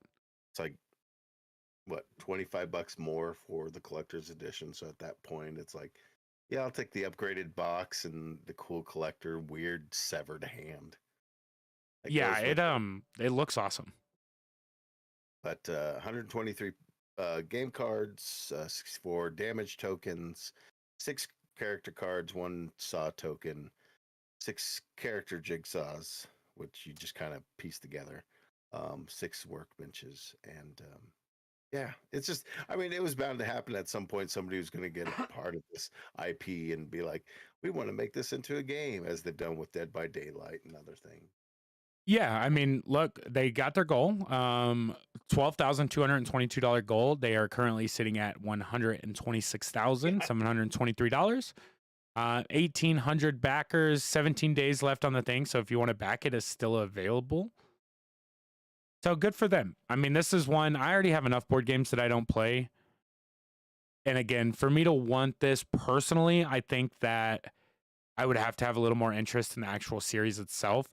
But if I came over to your house and you had this game, I would 100% be down to try it out. Yeah, let's give it a shot. Yeah. Did we see standard edition? This one's in pounds. Like 56 bucks for the standard edition. Looking at $80 for the collector's edition with the hand. You're like $80 for, cool. Yep. Looks like it's shipping out in July of next year. That's cool. I like when you find these Kickstarter things. You never know what we'll find on these. Yeah, we're always keeping an eye out. We've backed a few things through this. I mean, and we have the board games that I have backed are still sitting on the shelf, and I'm like, you know what? I should just crack them open when we start playing them. But yeah, we'll get there. One of these. Oh, you remember earlier when we were talking about that? Oh, it's the time thing. Time. That's time. Right. When you I've got find some more of that, you just let me know. none of We'll it. get something worked out. Boy, if we could have like, I don't know, 4 hours out of the week where we could just get together and like I need like 4 just get hours out of every day to be able to pursue things that I want to do without it absolutely murdering my day tomorrow, right? Like yeah. I have a very physical job that I do not want to be tired for, and it's not fun. My job's already not fun. Imagine how much less fun it would be if I'm doing it tired. Um Speaking of time though, why don't you go ahead and just time us into what our nostalgia is this 25 years ago, the greatest time in video game history, 1998. The Game Boy Color was brand new during that time. So we're going to talk about some of the games that came out during this time. We might, proud off some of our favorites, but I I'm kind of definitely giving you a top 3. okay. 100% I, I'm giving you a top 3. I can tell you, I don't have a top three because there's so many games that came out this year, and I just pulled up an article from GameSpot that was covering it, and they just go over like I don't know 15, and it's like, oh, you're just scratching like the tippy tip of it. So, Yeah, do I'm you want looking me at to a go list through of these? 50. Which one are you looking? Are I you don't looking want you at? to necessarily go through the list cuz I don't want you to pop off my top 3, right? Do you want to go through your top three first, then we can kind of go from there? Or Yeah, what do you want? let's do that and then we'll do the honorable mentions, right? So, in no particular order, I'm going to give you my top 3 games from 1998. For those who weren't around then or don't remember, there's going to be 2 major systems that are out during this year, as well as some other systems. You've got your Game Boy Color, which is awesome. The N64, major system, PlayStation 1.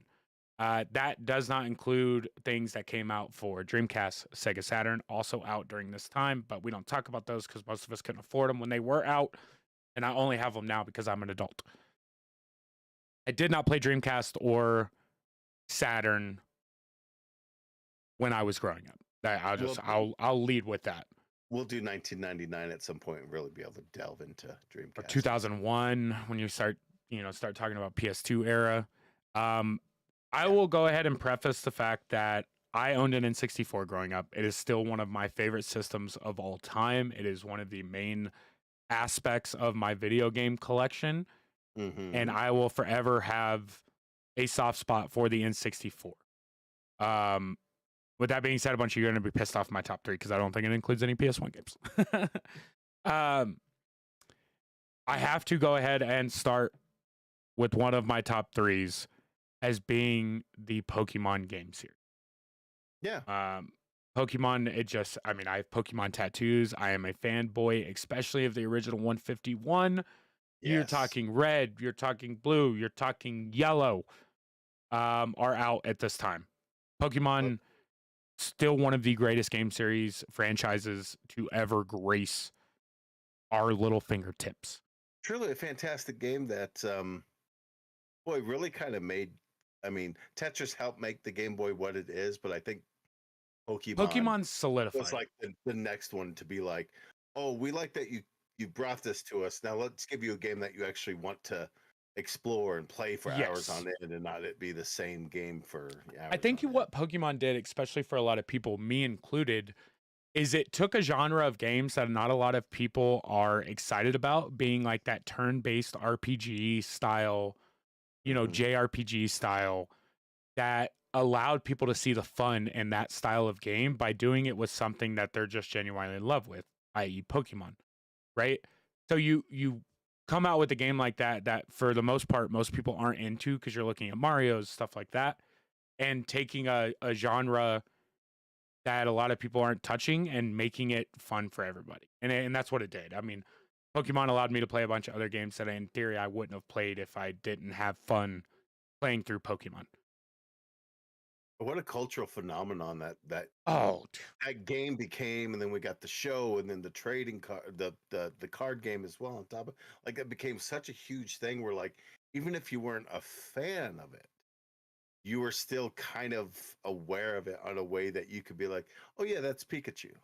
You know, like you can Oh name yeah, I mean a it was as handful of the kind iconic as of, it could be. you know, It like might as well be Mickey Mouse at this point, right? Like, yeah, it is kind of their folks um, house. it's so hard to choose three on this list, man. Even as I'm going through it, but I'm gonna just burn through this next one real quick because it's got to be on everyone's top three of all time, and that is Legend of Zelda: Ocarina of Time. I mean, If it's again, not on the top, if it's not in your top 10 list, you don't play the right video games.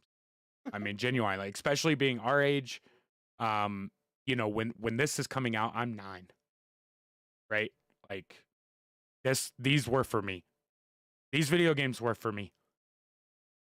So, Ocarina of Time, I'm not gonna sit here and talk about it much because if you haven't played it, if you don't know what it is, like I mean, it is easily on the list of the top 10 best games ever made. But genuinely. And you're looking at coming from a successor of, Legend of Zelda: A Link to the Past, which is still one of the best, if not the best Zelda game ever made for the Super Nintendo, and then coming out into a 3D world and putting this game out. And still to this day, you can go back and play Zelda and it still holds up. It is one of those games on the N64 that will not die, and it shouldn't because it's still hands down genuinely enjoyable. The story's amazing, combat's amazing, and I was scared shitless of this game when I was growing. Because anytime it got dark, all these little freaky fucks started climbing out yeah. of the ground and shit, and the music got scary. I'm like, fuck this, play the sun song, bro. Like, turn it back to daylight because I ain't fucking with these fools. Like, I don't want to do the dark mission. Please don't let me play oh, at dude, they're night. just oh, it was like, You muted. I think you're muted. oh, I am muted. Yeah, Did I you muted accidentally touch yourself. that? Yeah. When Whoops. you went in, Um, what's yeah, no. what's your third one then? What do we got?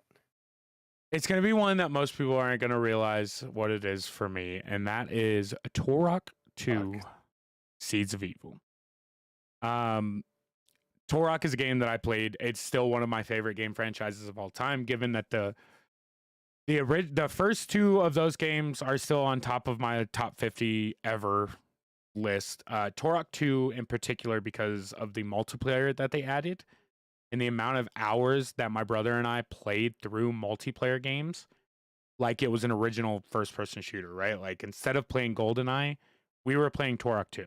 Like that was our game of choice when it came to I'm better than you. This is what we're going to try.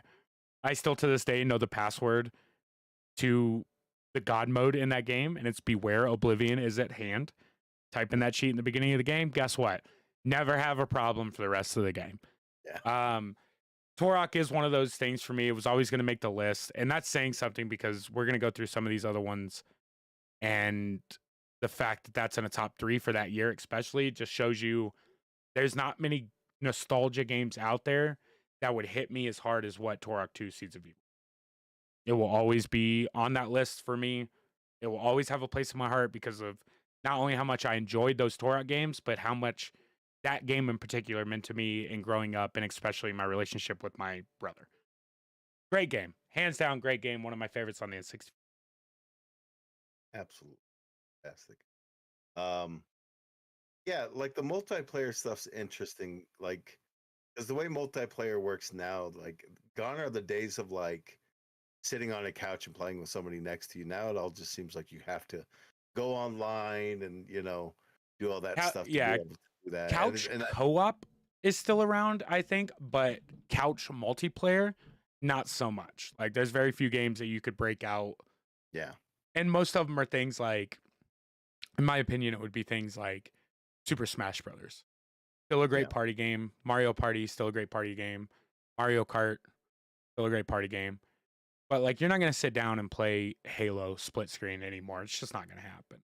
no, not at all.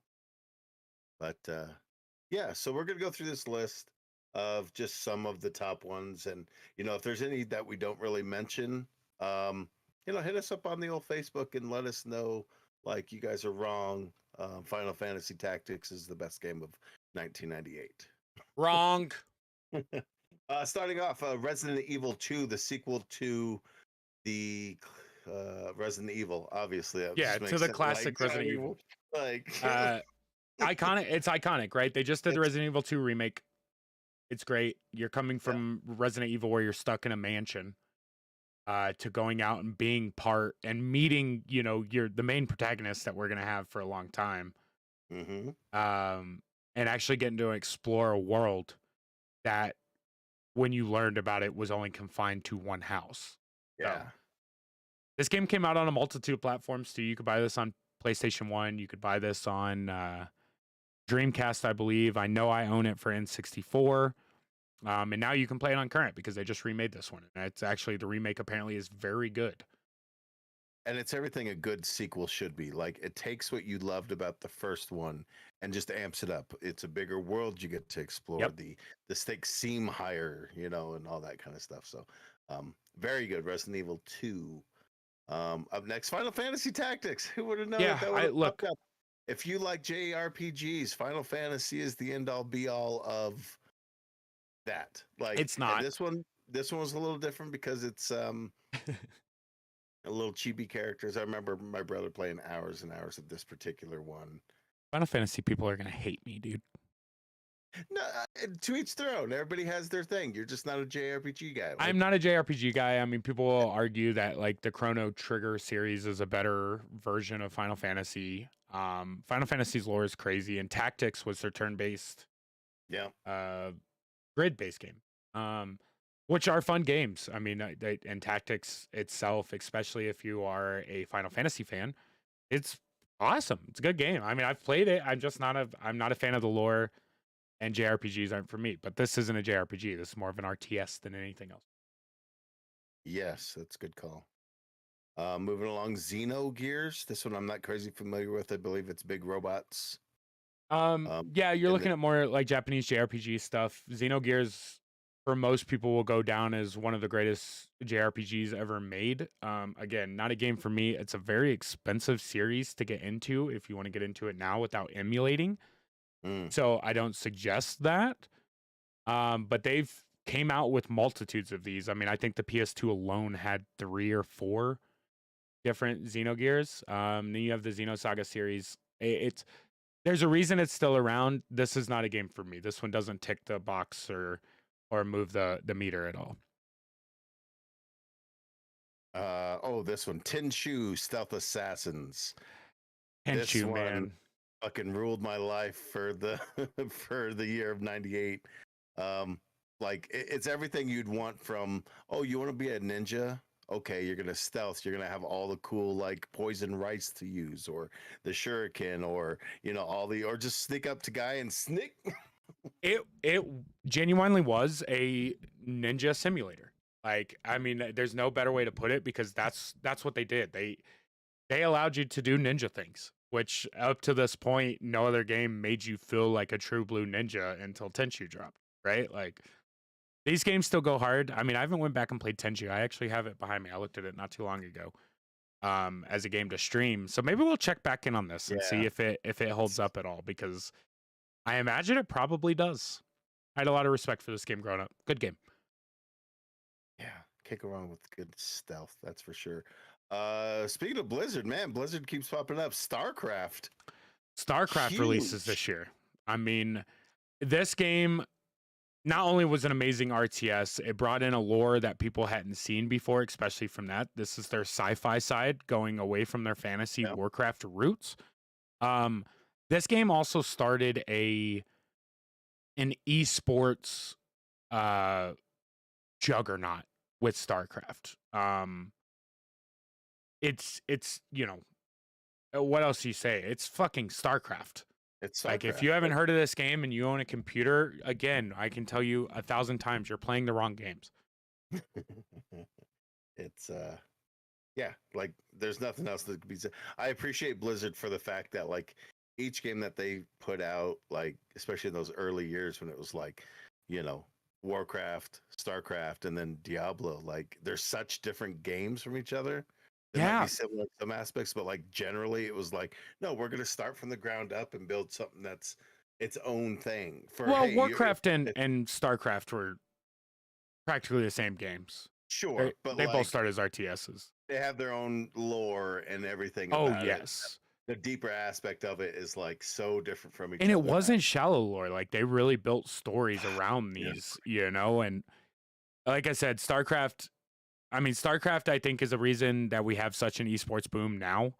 Like Mm, between StarCraft and original Counter-Strike, like those two games really paved right. the way for things in the early aughts and us getting into Xbox Live and Halo and stuff like that. Warcraft gave us Dota. Like a lot of people don't realize that the MOBA genre came from a mod that someone did in Warcraft 3. Like Dota was a Warcraft 3 mod before it Yes. became its own game. League of Legends based off of Dota and MOBAs in general all came from someone modding the original Warcraft 3 game. So games like this, especially, StarCraft, whether you play it or not, if you're a gamer whatsoever, you have respect for this game for Mhm. not only what it did for Blizzard, the lore, them doing a new IP, but what it gave us in the future with esports and what we watch now when we're watching anything like that. Fucking Uh, StarCraft, man. it's StarCraft. 1080 snowboarding, fantastic snowboarding simulated awesomeness. It's hard to not put this one in my top 3 for that year because this game probably has more hours on my N64 than just about any other game on that system. Um, this one did the thing, right? Like up until this point, you weren't playing a 3D snowboarder and it being fun if it was available at all, right? This Right. game not only gave you that feeling of shredding, but when I was playing this growing up, now going back and looking at it now, it's not nearly as good, but this might as well have been fucking real life in 1998. Like this game was just groundbreaking for physics and it was hard and you got to do everything. You got to shred down the mountain, you got to do half pipes, you got to do tricks. It was tough, it was fun. You could play multiplayer on it. Like it was a great game. Yeah. It's just funny back in the day going from, each new next generation console brought you new graphics and it was always like, man, it's like real life, man. And you're always like, the possibilities are endless. And you see these 3D graphics and you're like, holy crap. But then you see where we're at now. And it's like, you look back at some of these and it's just like, oh man, we really just accepted what we got. Like, Yeah, 100%. Yeah, we're like this is perfectly okay and awesome. this is great. But now we're like, I don't know, we're spoiled.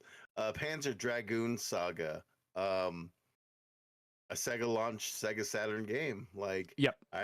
yeah, kind of. This is an expensive buy if you want to go back and play this. I was never a Panzer fan. I don't know if you got to play it via Drew or not, but um I can't say much on this because honestly, other than the price of the game, I do not know much about this series at all.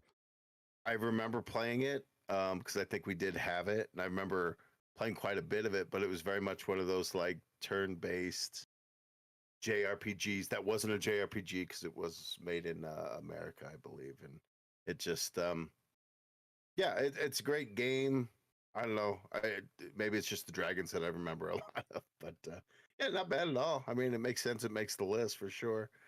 Gran Turismo. Before we I, get too far, I just want to uh oh gosh, here we go. throw it out there what this game is running. Um Panzer Dragoon Saga for the Sega Saturn. If you have the disc, it is worth $800. Whoa, If you have it just the complete, disc? $920. If you have it sealed, over $2,000 for this game. So yeah, there is that. There was a sequel. I mean, Panzer Dragoon Saga is the pricey one there. I knew it was expensive, but goddamn, Sega Saturn games are either dirt cheap or astronomically through the roof. So again, if you haven't played that game, emulation. It's so wild to me how like things can be, I don't know, so crazy priced. I mean, Yeah, those are nuts. Saturn games, I mean, Saturn games are just crazy. It's half of the problem there is the console and the availability of how many of those games are out there. And the people that love that console love that fucking console. sure, it was a good console. Yeah, Gran Turismo, which actually just came out with a movie this year, so that's fun. Yeah, with David Harbour, our good old Hopper. And Um, Orlando Bloom. Gran Turismo is what it is. It's a racing sim. It is forever a true racing sim. Ooh, yeah. I played a lot of this game only because my papa had a PS1 in his spare room, and the only game that he had on that was Gran Turismo and Rayman. And we got sick of Rayman real fast. So there was a lot of Gran Turismo played during holidays over at my grandparents' house because of that.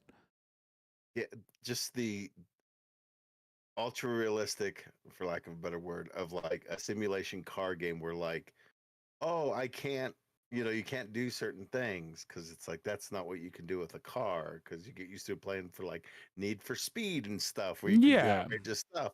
Then you go to this and you're like, oh, this is no frills. Like it's all I frills, but like it's no frill. damaged Like my car enough to where it doesn't run anymore. holy crap, who knew that was a thing?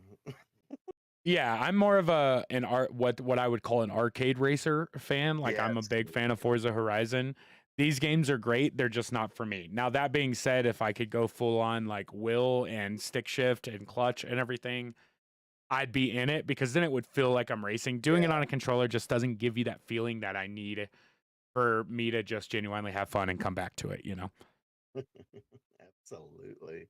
Banjo Kazooie. Man, you want to talk about a killer platformer? And Jeez. this one brought weird stuff to the platformer because you had two characters that you played with simultaneously as one Mm-hmm. that both had different options of what you could and couldn't do, right? Like this is a hands down. This, I mean, if you're talking about N64 platformers, this is up there, right next to Super Mario 64, uh, Kirby and the Crystal Shards. Like this is a great hands down platformer in the 3D space, right? They're doing new stuff with the PS1, with the N64. We're getting a lot more 3D games, and in my opinion, the N64 had better platformers. The PS1 had better RPGs. It just is what it is.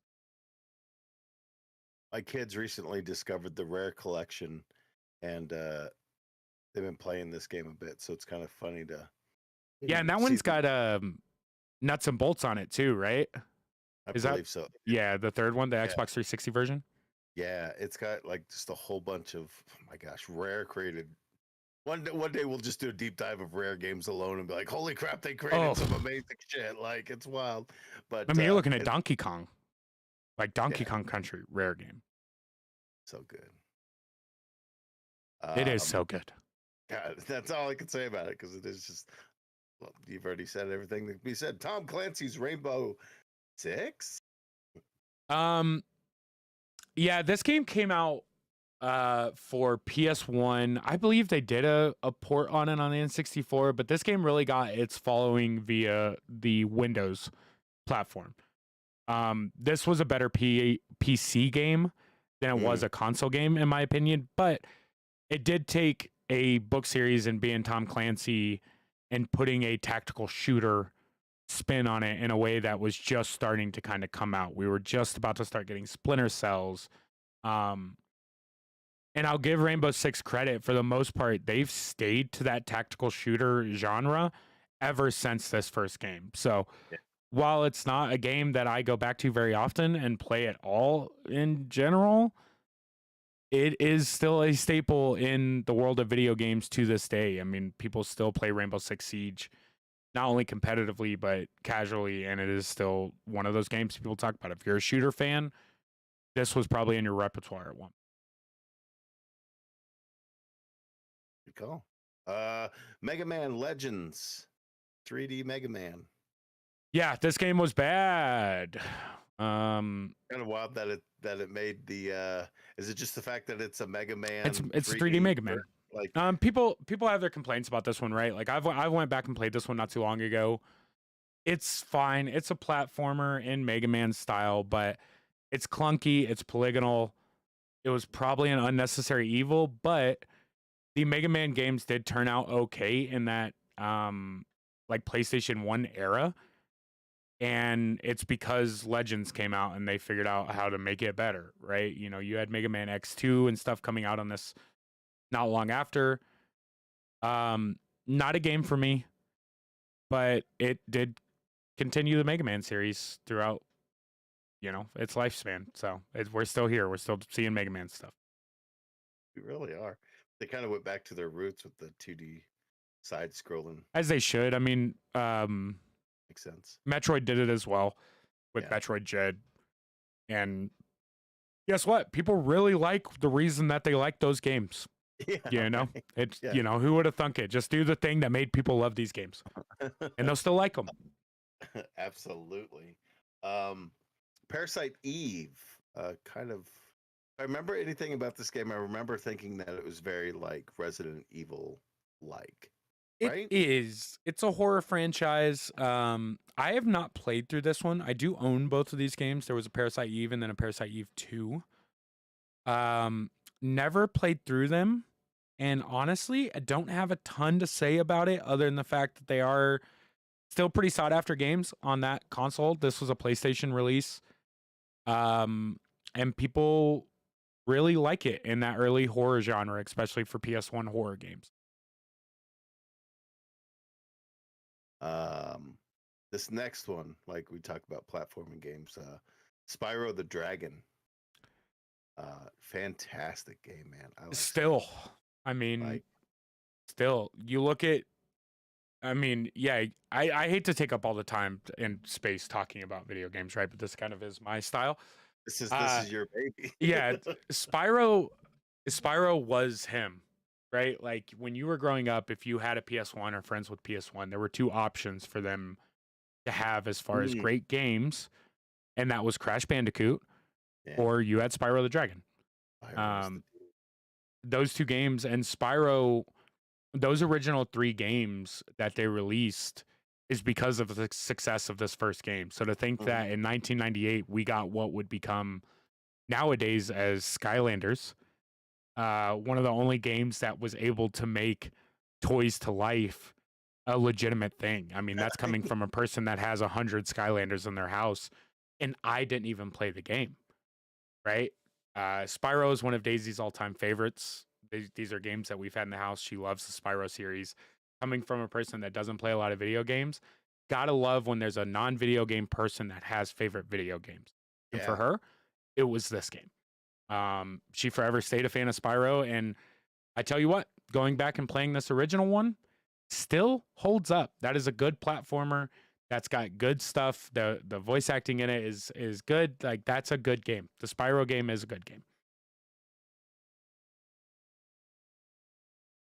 Pokemon, we touched on.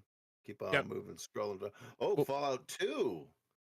Going old school with this guy. Like, for those who are fans of Did you play this one?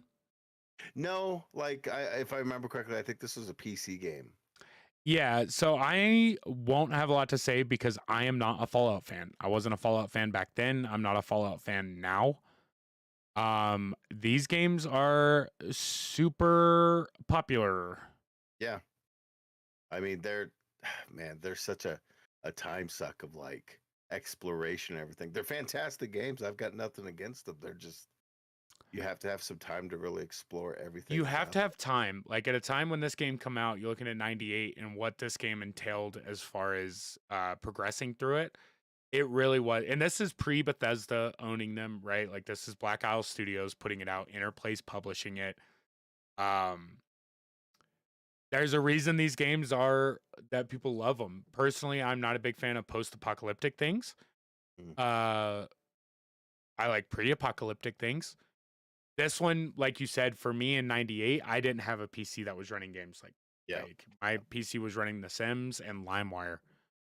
And on dial-up internet nonetheless. So this one's not me. I mean, we know what Fallout is. Fallout is one of the biggest franchises out there, I think, as far as namesake goes. And whether or not I played it or liked it doesn't take away from the fact that this was a huge accomplishment in 1998 for a game of this ilk. That's what's interesting about this list is that there's certain things on here that, you know, like I'm familiar with, but not maybe never played, just kind of been like, oh, okay, that's a game. But it still has an impact in its own unique way. 100%. I mean, Half-Life came out this year as well. I don't know if that's on that list that you're looking at, but it'll pop up eventually. Yeah, Half-Life came out the same year. It's another game that I did not play. Again, you're looking at a PC game predominantly, and Console players didn't get a version of Half-Life until the orange box came out for the original Xbox. So for us, it whether or not this is an original Valve game, for those that don't know, Valve is also the creator of Steam, which is one of the biggest game stores ever and is by far the king of game libraries digitally. Yeah. But yeah, you look at anything like a Half-Life, a Fallout, the games that I just did not have the chance to play that were iconic, especially for people at that time for story-based things that just surprisingly hit different. So I won't have much to say about Half-Life either, other than the fact that it's like, cool, thanks. It got me to Steam eventually. Yeah. Did some stuff to it. Metal Gear Solid kind of changed the face for the Metal Gear franchise with 3D graphics and also the stealth element to it. Yeah. Like, yeah, I remember hours getting put into this one. Yeah. I mean, Like, these games, you didn't realize that you cared about politics until you started playing through this version of Metal Gear Solid. and Um, the cool code names, everything about it was just so cool. Like, and the oh, dude's name was fucking Solid Snake. Like, Solid come Snake. on. Like, you're like, Like, if oh that's my not the coolest god. fucking dub, fuck James Bond, bitch. Yeah, Like, like I want my guy to wear black and be cool and like, yeah, not he have wore a a virus. bandana, headband thing. Like, it's cool as Yeah, shit. yeah, Yeah, Metal Gear it's Metal Gear, right? Like you're either a fan of the series or not. Like I played all my Metal Gear on the PS2. Still one of those games that I have a ton of hours into. Metal Gear Solid 2 is one of those games that just it was phenomenal. It took style of like third person twin stick shooter that I didn't think I was gonna like, and guess what? You do. It's yeah. fun to sneak around and choke people out and shove them into closets. It's so It good. is. Or Guess what? hide in cardboard boxes. Go Yeah. listen. Exclamation point go off on the Exclamation wind. points, bro. The Dude, worst. so Fuck good. those things. This next game, not super familiar with. I remember seeing the case for it. Grim Fandango. Yeah, I mean, same as you. I don't have any history with this game. Yeah, I know the name. Its namesake still carries on today. They've done more Graham Fandango things. There is a cult following, is what I would say for this game. yeah. And for me, I am not a part of it. Crash Bandicoot Warped. Continuing on with pretty damn good platform. I think Warped was the second one, if I remember right. Third. The third. Um, so yeah, the original Crash Bandicoot came out at launch. We got one of those games a year apparently. For most people, most people don't realize, but the PlayStation 1 came out first. Um the PlayStation 1 was released in America in 95. The Nintendo 64 wasn't released in America until 96. Contrary to popular belief, the PS1 is the first 3D console that came out that way. Um Crash Bandicoot was that game. That game is still good. The first 3 Crash Bandicoots still good. Still also very, very fucking hard. Very Very hard fucking hard. games that were God very damn it. unforgiving. Like it's wild how games back in the day were so like, oh man, why are you so tough? Like you're making this crazy on me. Yeah, you're But making this harder than bitch. I know I made that jump. I know I yeah, fucking made yeah, that I jump. timed it at the last possible Like fuck second. you. I've done this level 38 times now. I know I made that jump. You did that Ooga shit on booga purpose. yourself, you know? Yeah. Like Yeah. Thief. This is a PC game that I wanted to play, but we just never had games that at most we'd do Warcraft or something, something that wasn't so Yep. A lot of intense. civilization for me growing up on PC Yeah, yeah, side. yeah, yeah, yeah. Roller Coaster Tycoon or something. Yeah, I mean, Thief had a couple releases after this one. It's not part of my history, but I know people like this game. It's another stealth game that it's a thief simulator, for lack of a better word. I've never went back and played it. I literally have 0 hours or opinion on this series or game itself. But people really like this one. The fact that it came out in '98, I would not have been to tell you. I wouldn't have been able to tell you that. I did Yeah. not think that series was that old. Yeah, it looks pretty good. Like looking at the little screenshot they have it looks pretty good considering it was in '98. Star Wars Rogue Squadron. Star Um, Wars Rogue Squadron. you get to fly around X-wings and TIE fighters and stuff, and pew pew pew pew pew pew pew pew pew pew. Pew. Yeah, I mean, look, we got the nice thing about this year is 3D gaming was kind of hitting its stride. And you look at, I mean, there was a bunch of Star Wars games released in those couple years, right? Like, I mean, there's still a bunch of Star Wars games released, but you had Rogue Squadron, you had Pod Racer, Episode One. Like, there was a lot of Star Wars games, and who doesn't want to fly around dogfighting in X-wings and Tie fighters? Yeah, that's a big It, pull. guess what? If you're a Yeah. Star Wars fan, this was a fun game.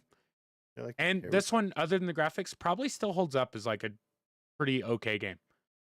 Control wise, I bet it's dog go. water. Oof. Some of those old ones are just like, how did we even?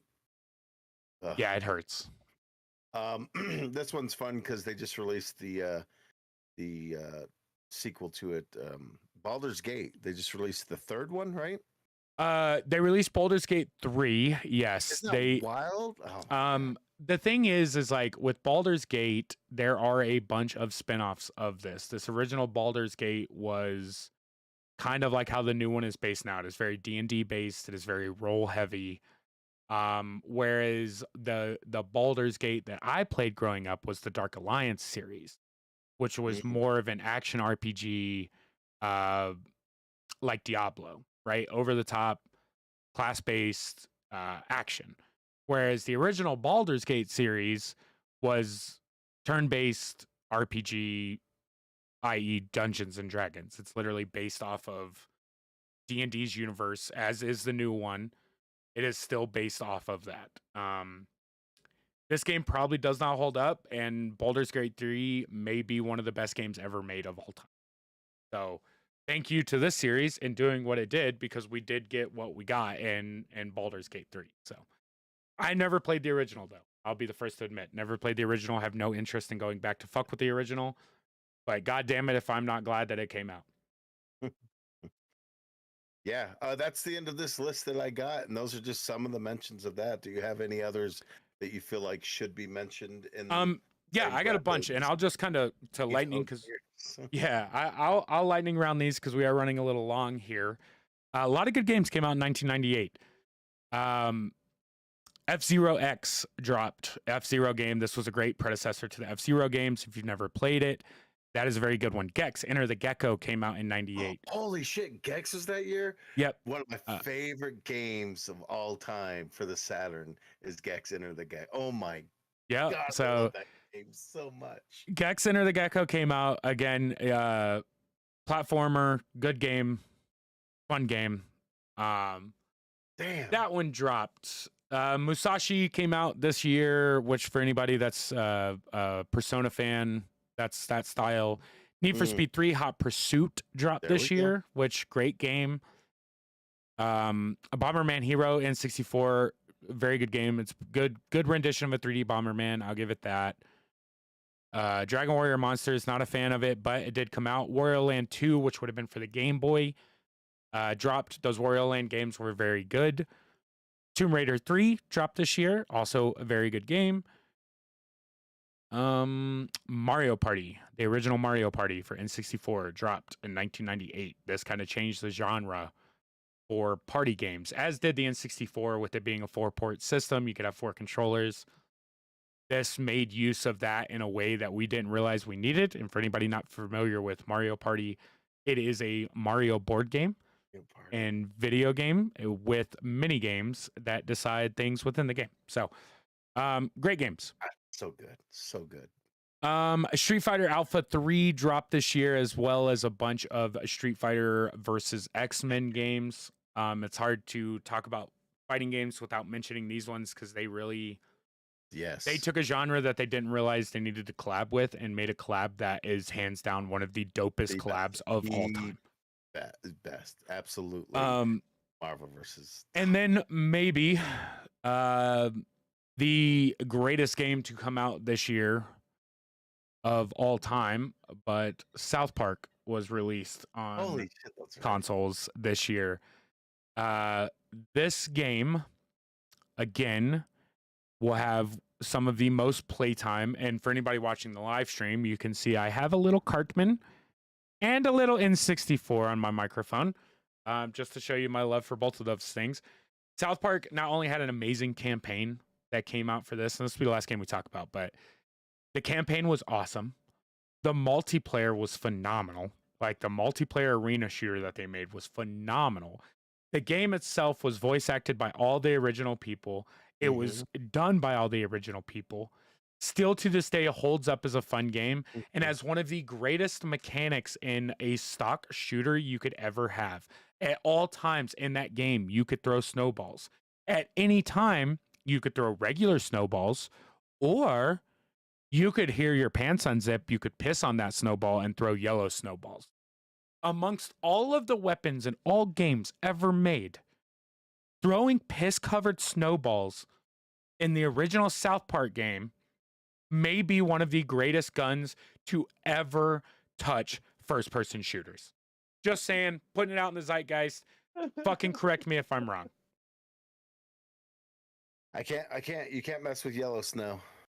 Also, because I'm a fucking savage like this, the God mode cheat for South Park is Bluebird. No. Oh yeah. Bobby Bird. Bobby Bird. Bobby Bird. I always say Bluebird first, and then I hear it come out of my mouth. It's wrong. Bobby Bird will get you God mode in that. You can get the fucking cow gun, which is great. That's good. You fight giant turkeys in that game. Just fuck. I might have to play South Park for my birthday stream. That might be what. Yeah, man. There's so much good stuff in this thing. Like just the, I think was there a Soul Calibur game that got released this year? Maybe, I don't know, but that's neither here or there. Yeah, 98. What a killer year, and that's just stuff that we like prided off without going down like the A to Z. Here's the stuff that got released. That's just stuff that's kind of in the like top echelon. Let's see what else came out that may not be, as good. Yeah, and I want to do more of these. Like I love the choosing the year thing, right? Like I think it's fun because it'll really, when we're talking about nostalgia, it really kind of brings you back to like, oh shit. Like it'll make you think of that year in a different way, not only from what may have happened in your life that year, but things that comforted you. For me, my N64 was there for me during this year. Not saying that it was a bad year for me by any means, but like you remember a lot of these things. Like, oh my God, the first time I got my hands on Legend of Zelda. Oh, the first time I played through Pokemon.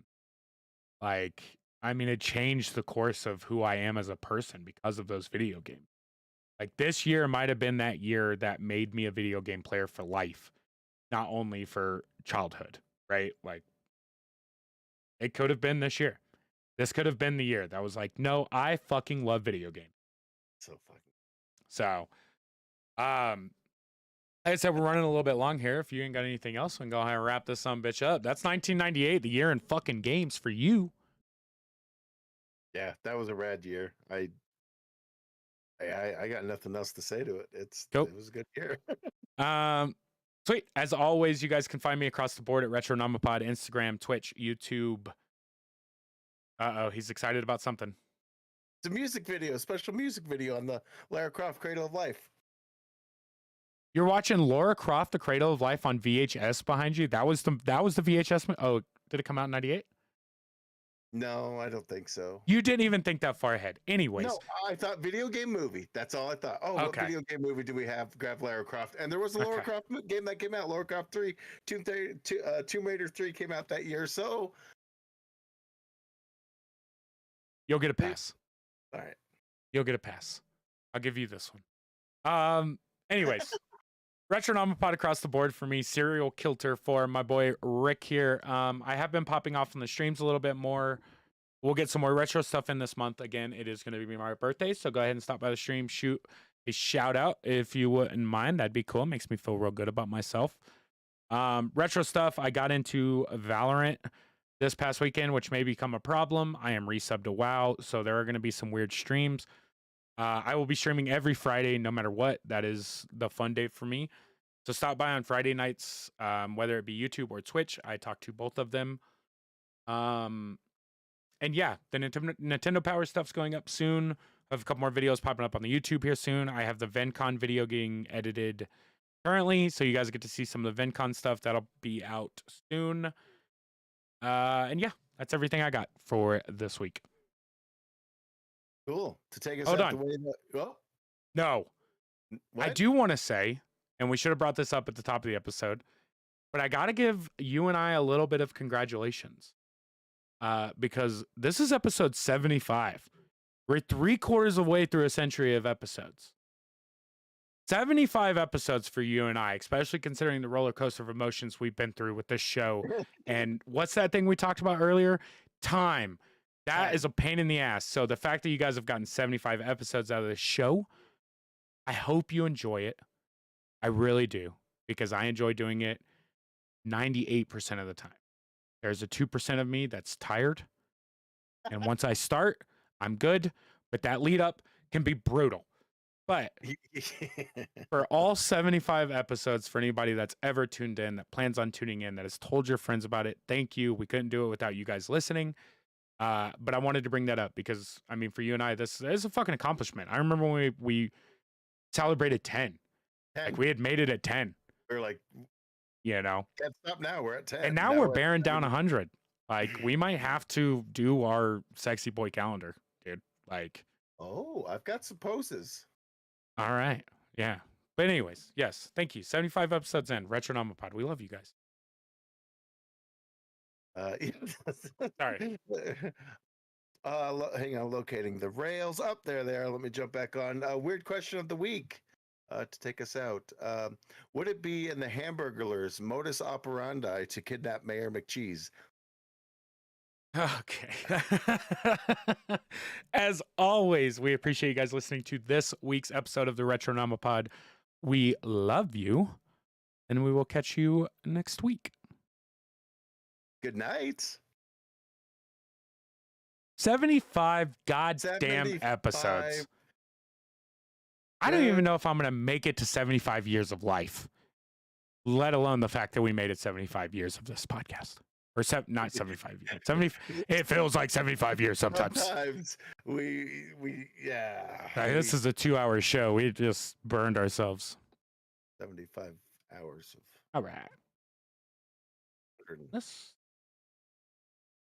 project is.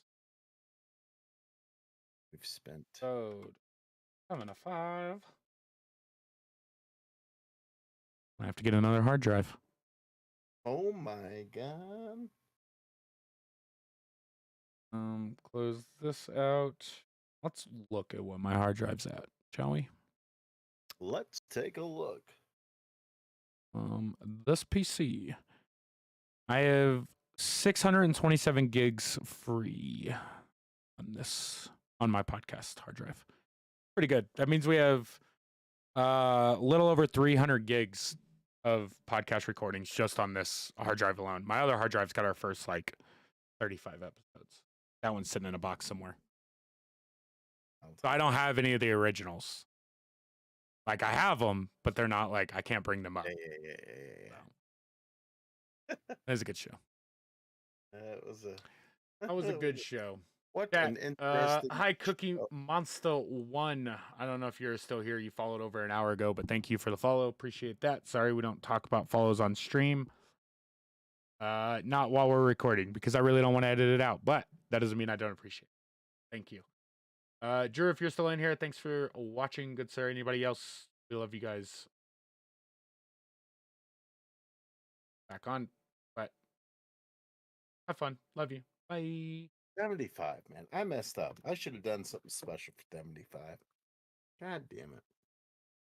Nah, we've never done anything special for fucking trivial numbers. 10, because it was big for us. We hit double digits. 25, 50. We didn't do anything for. 69, we did. Well,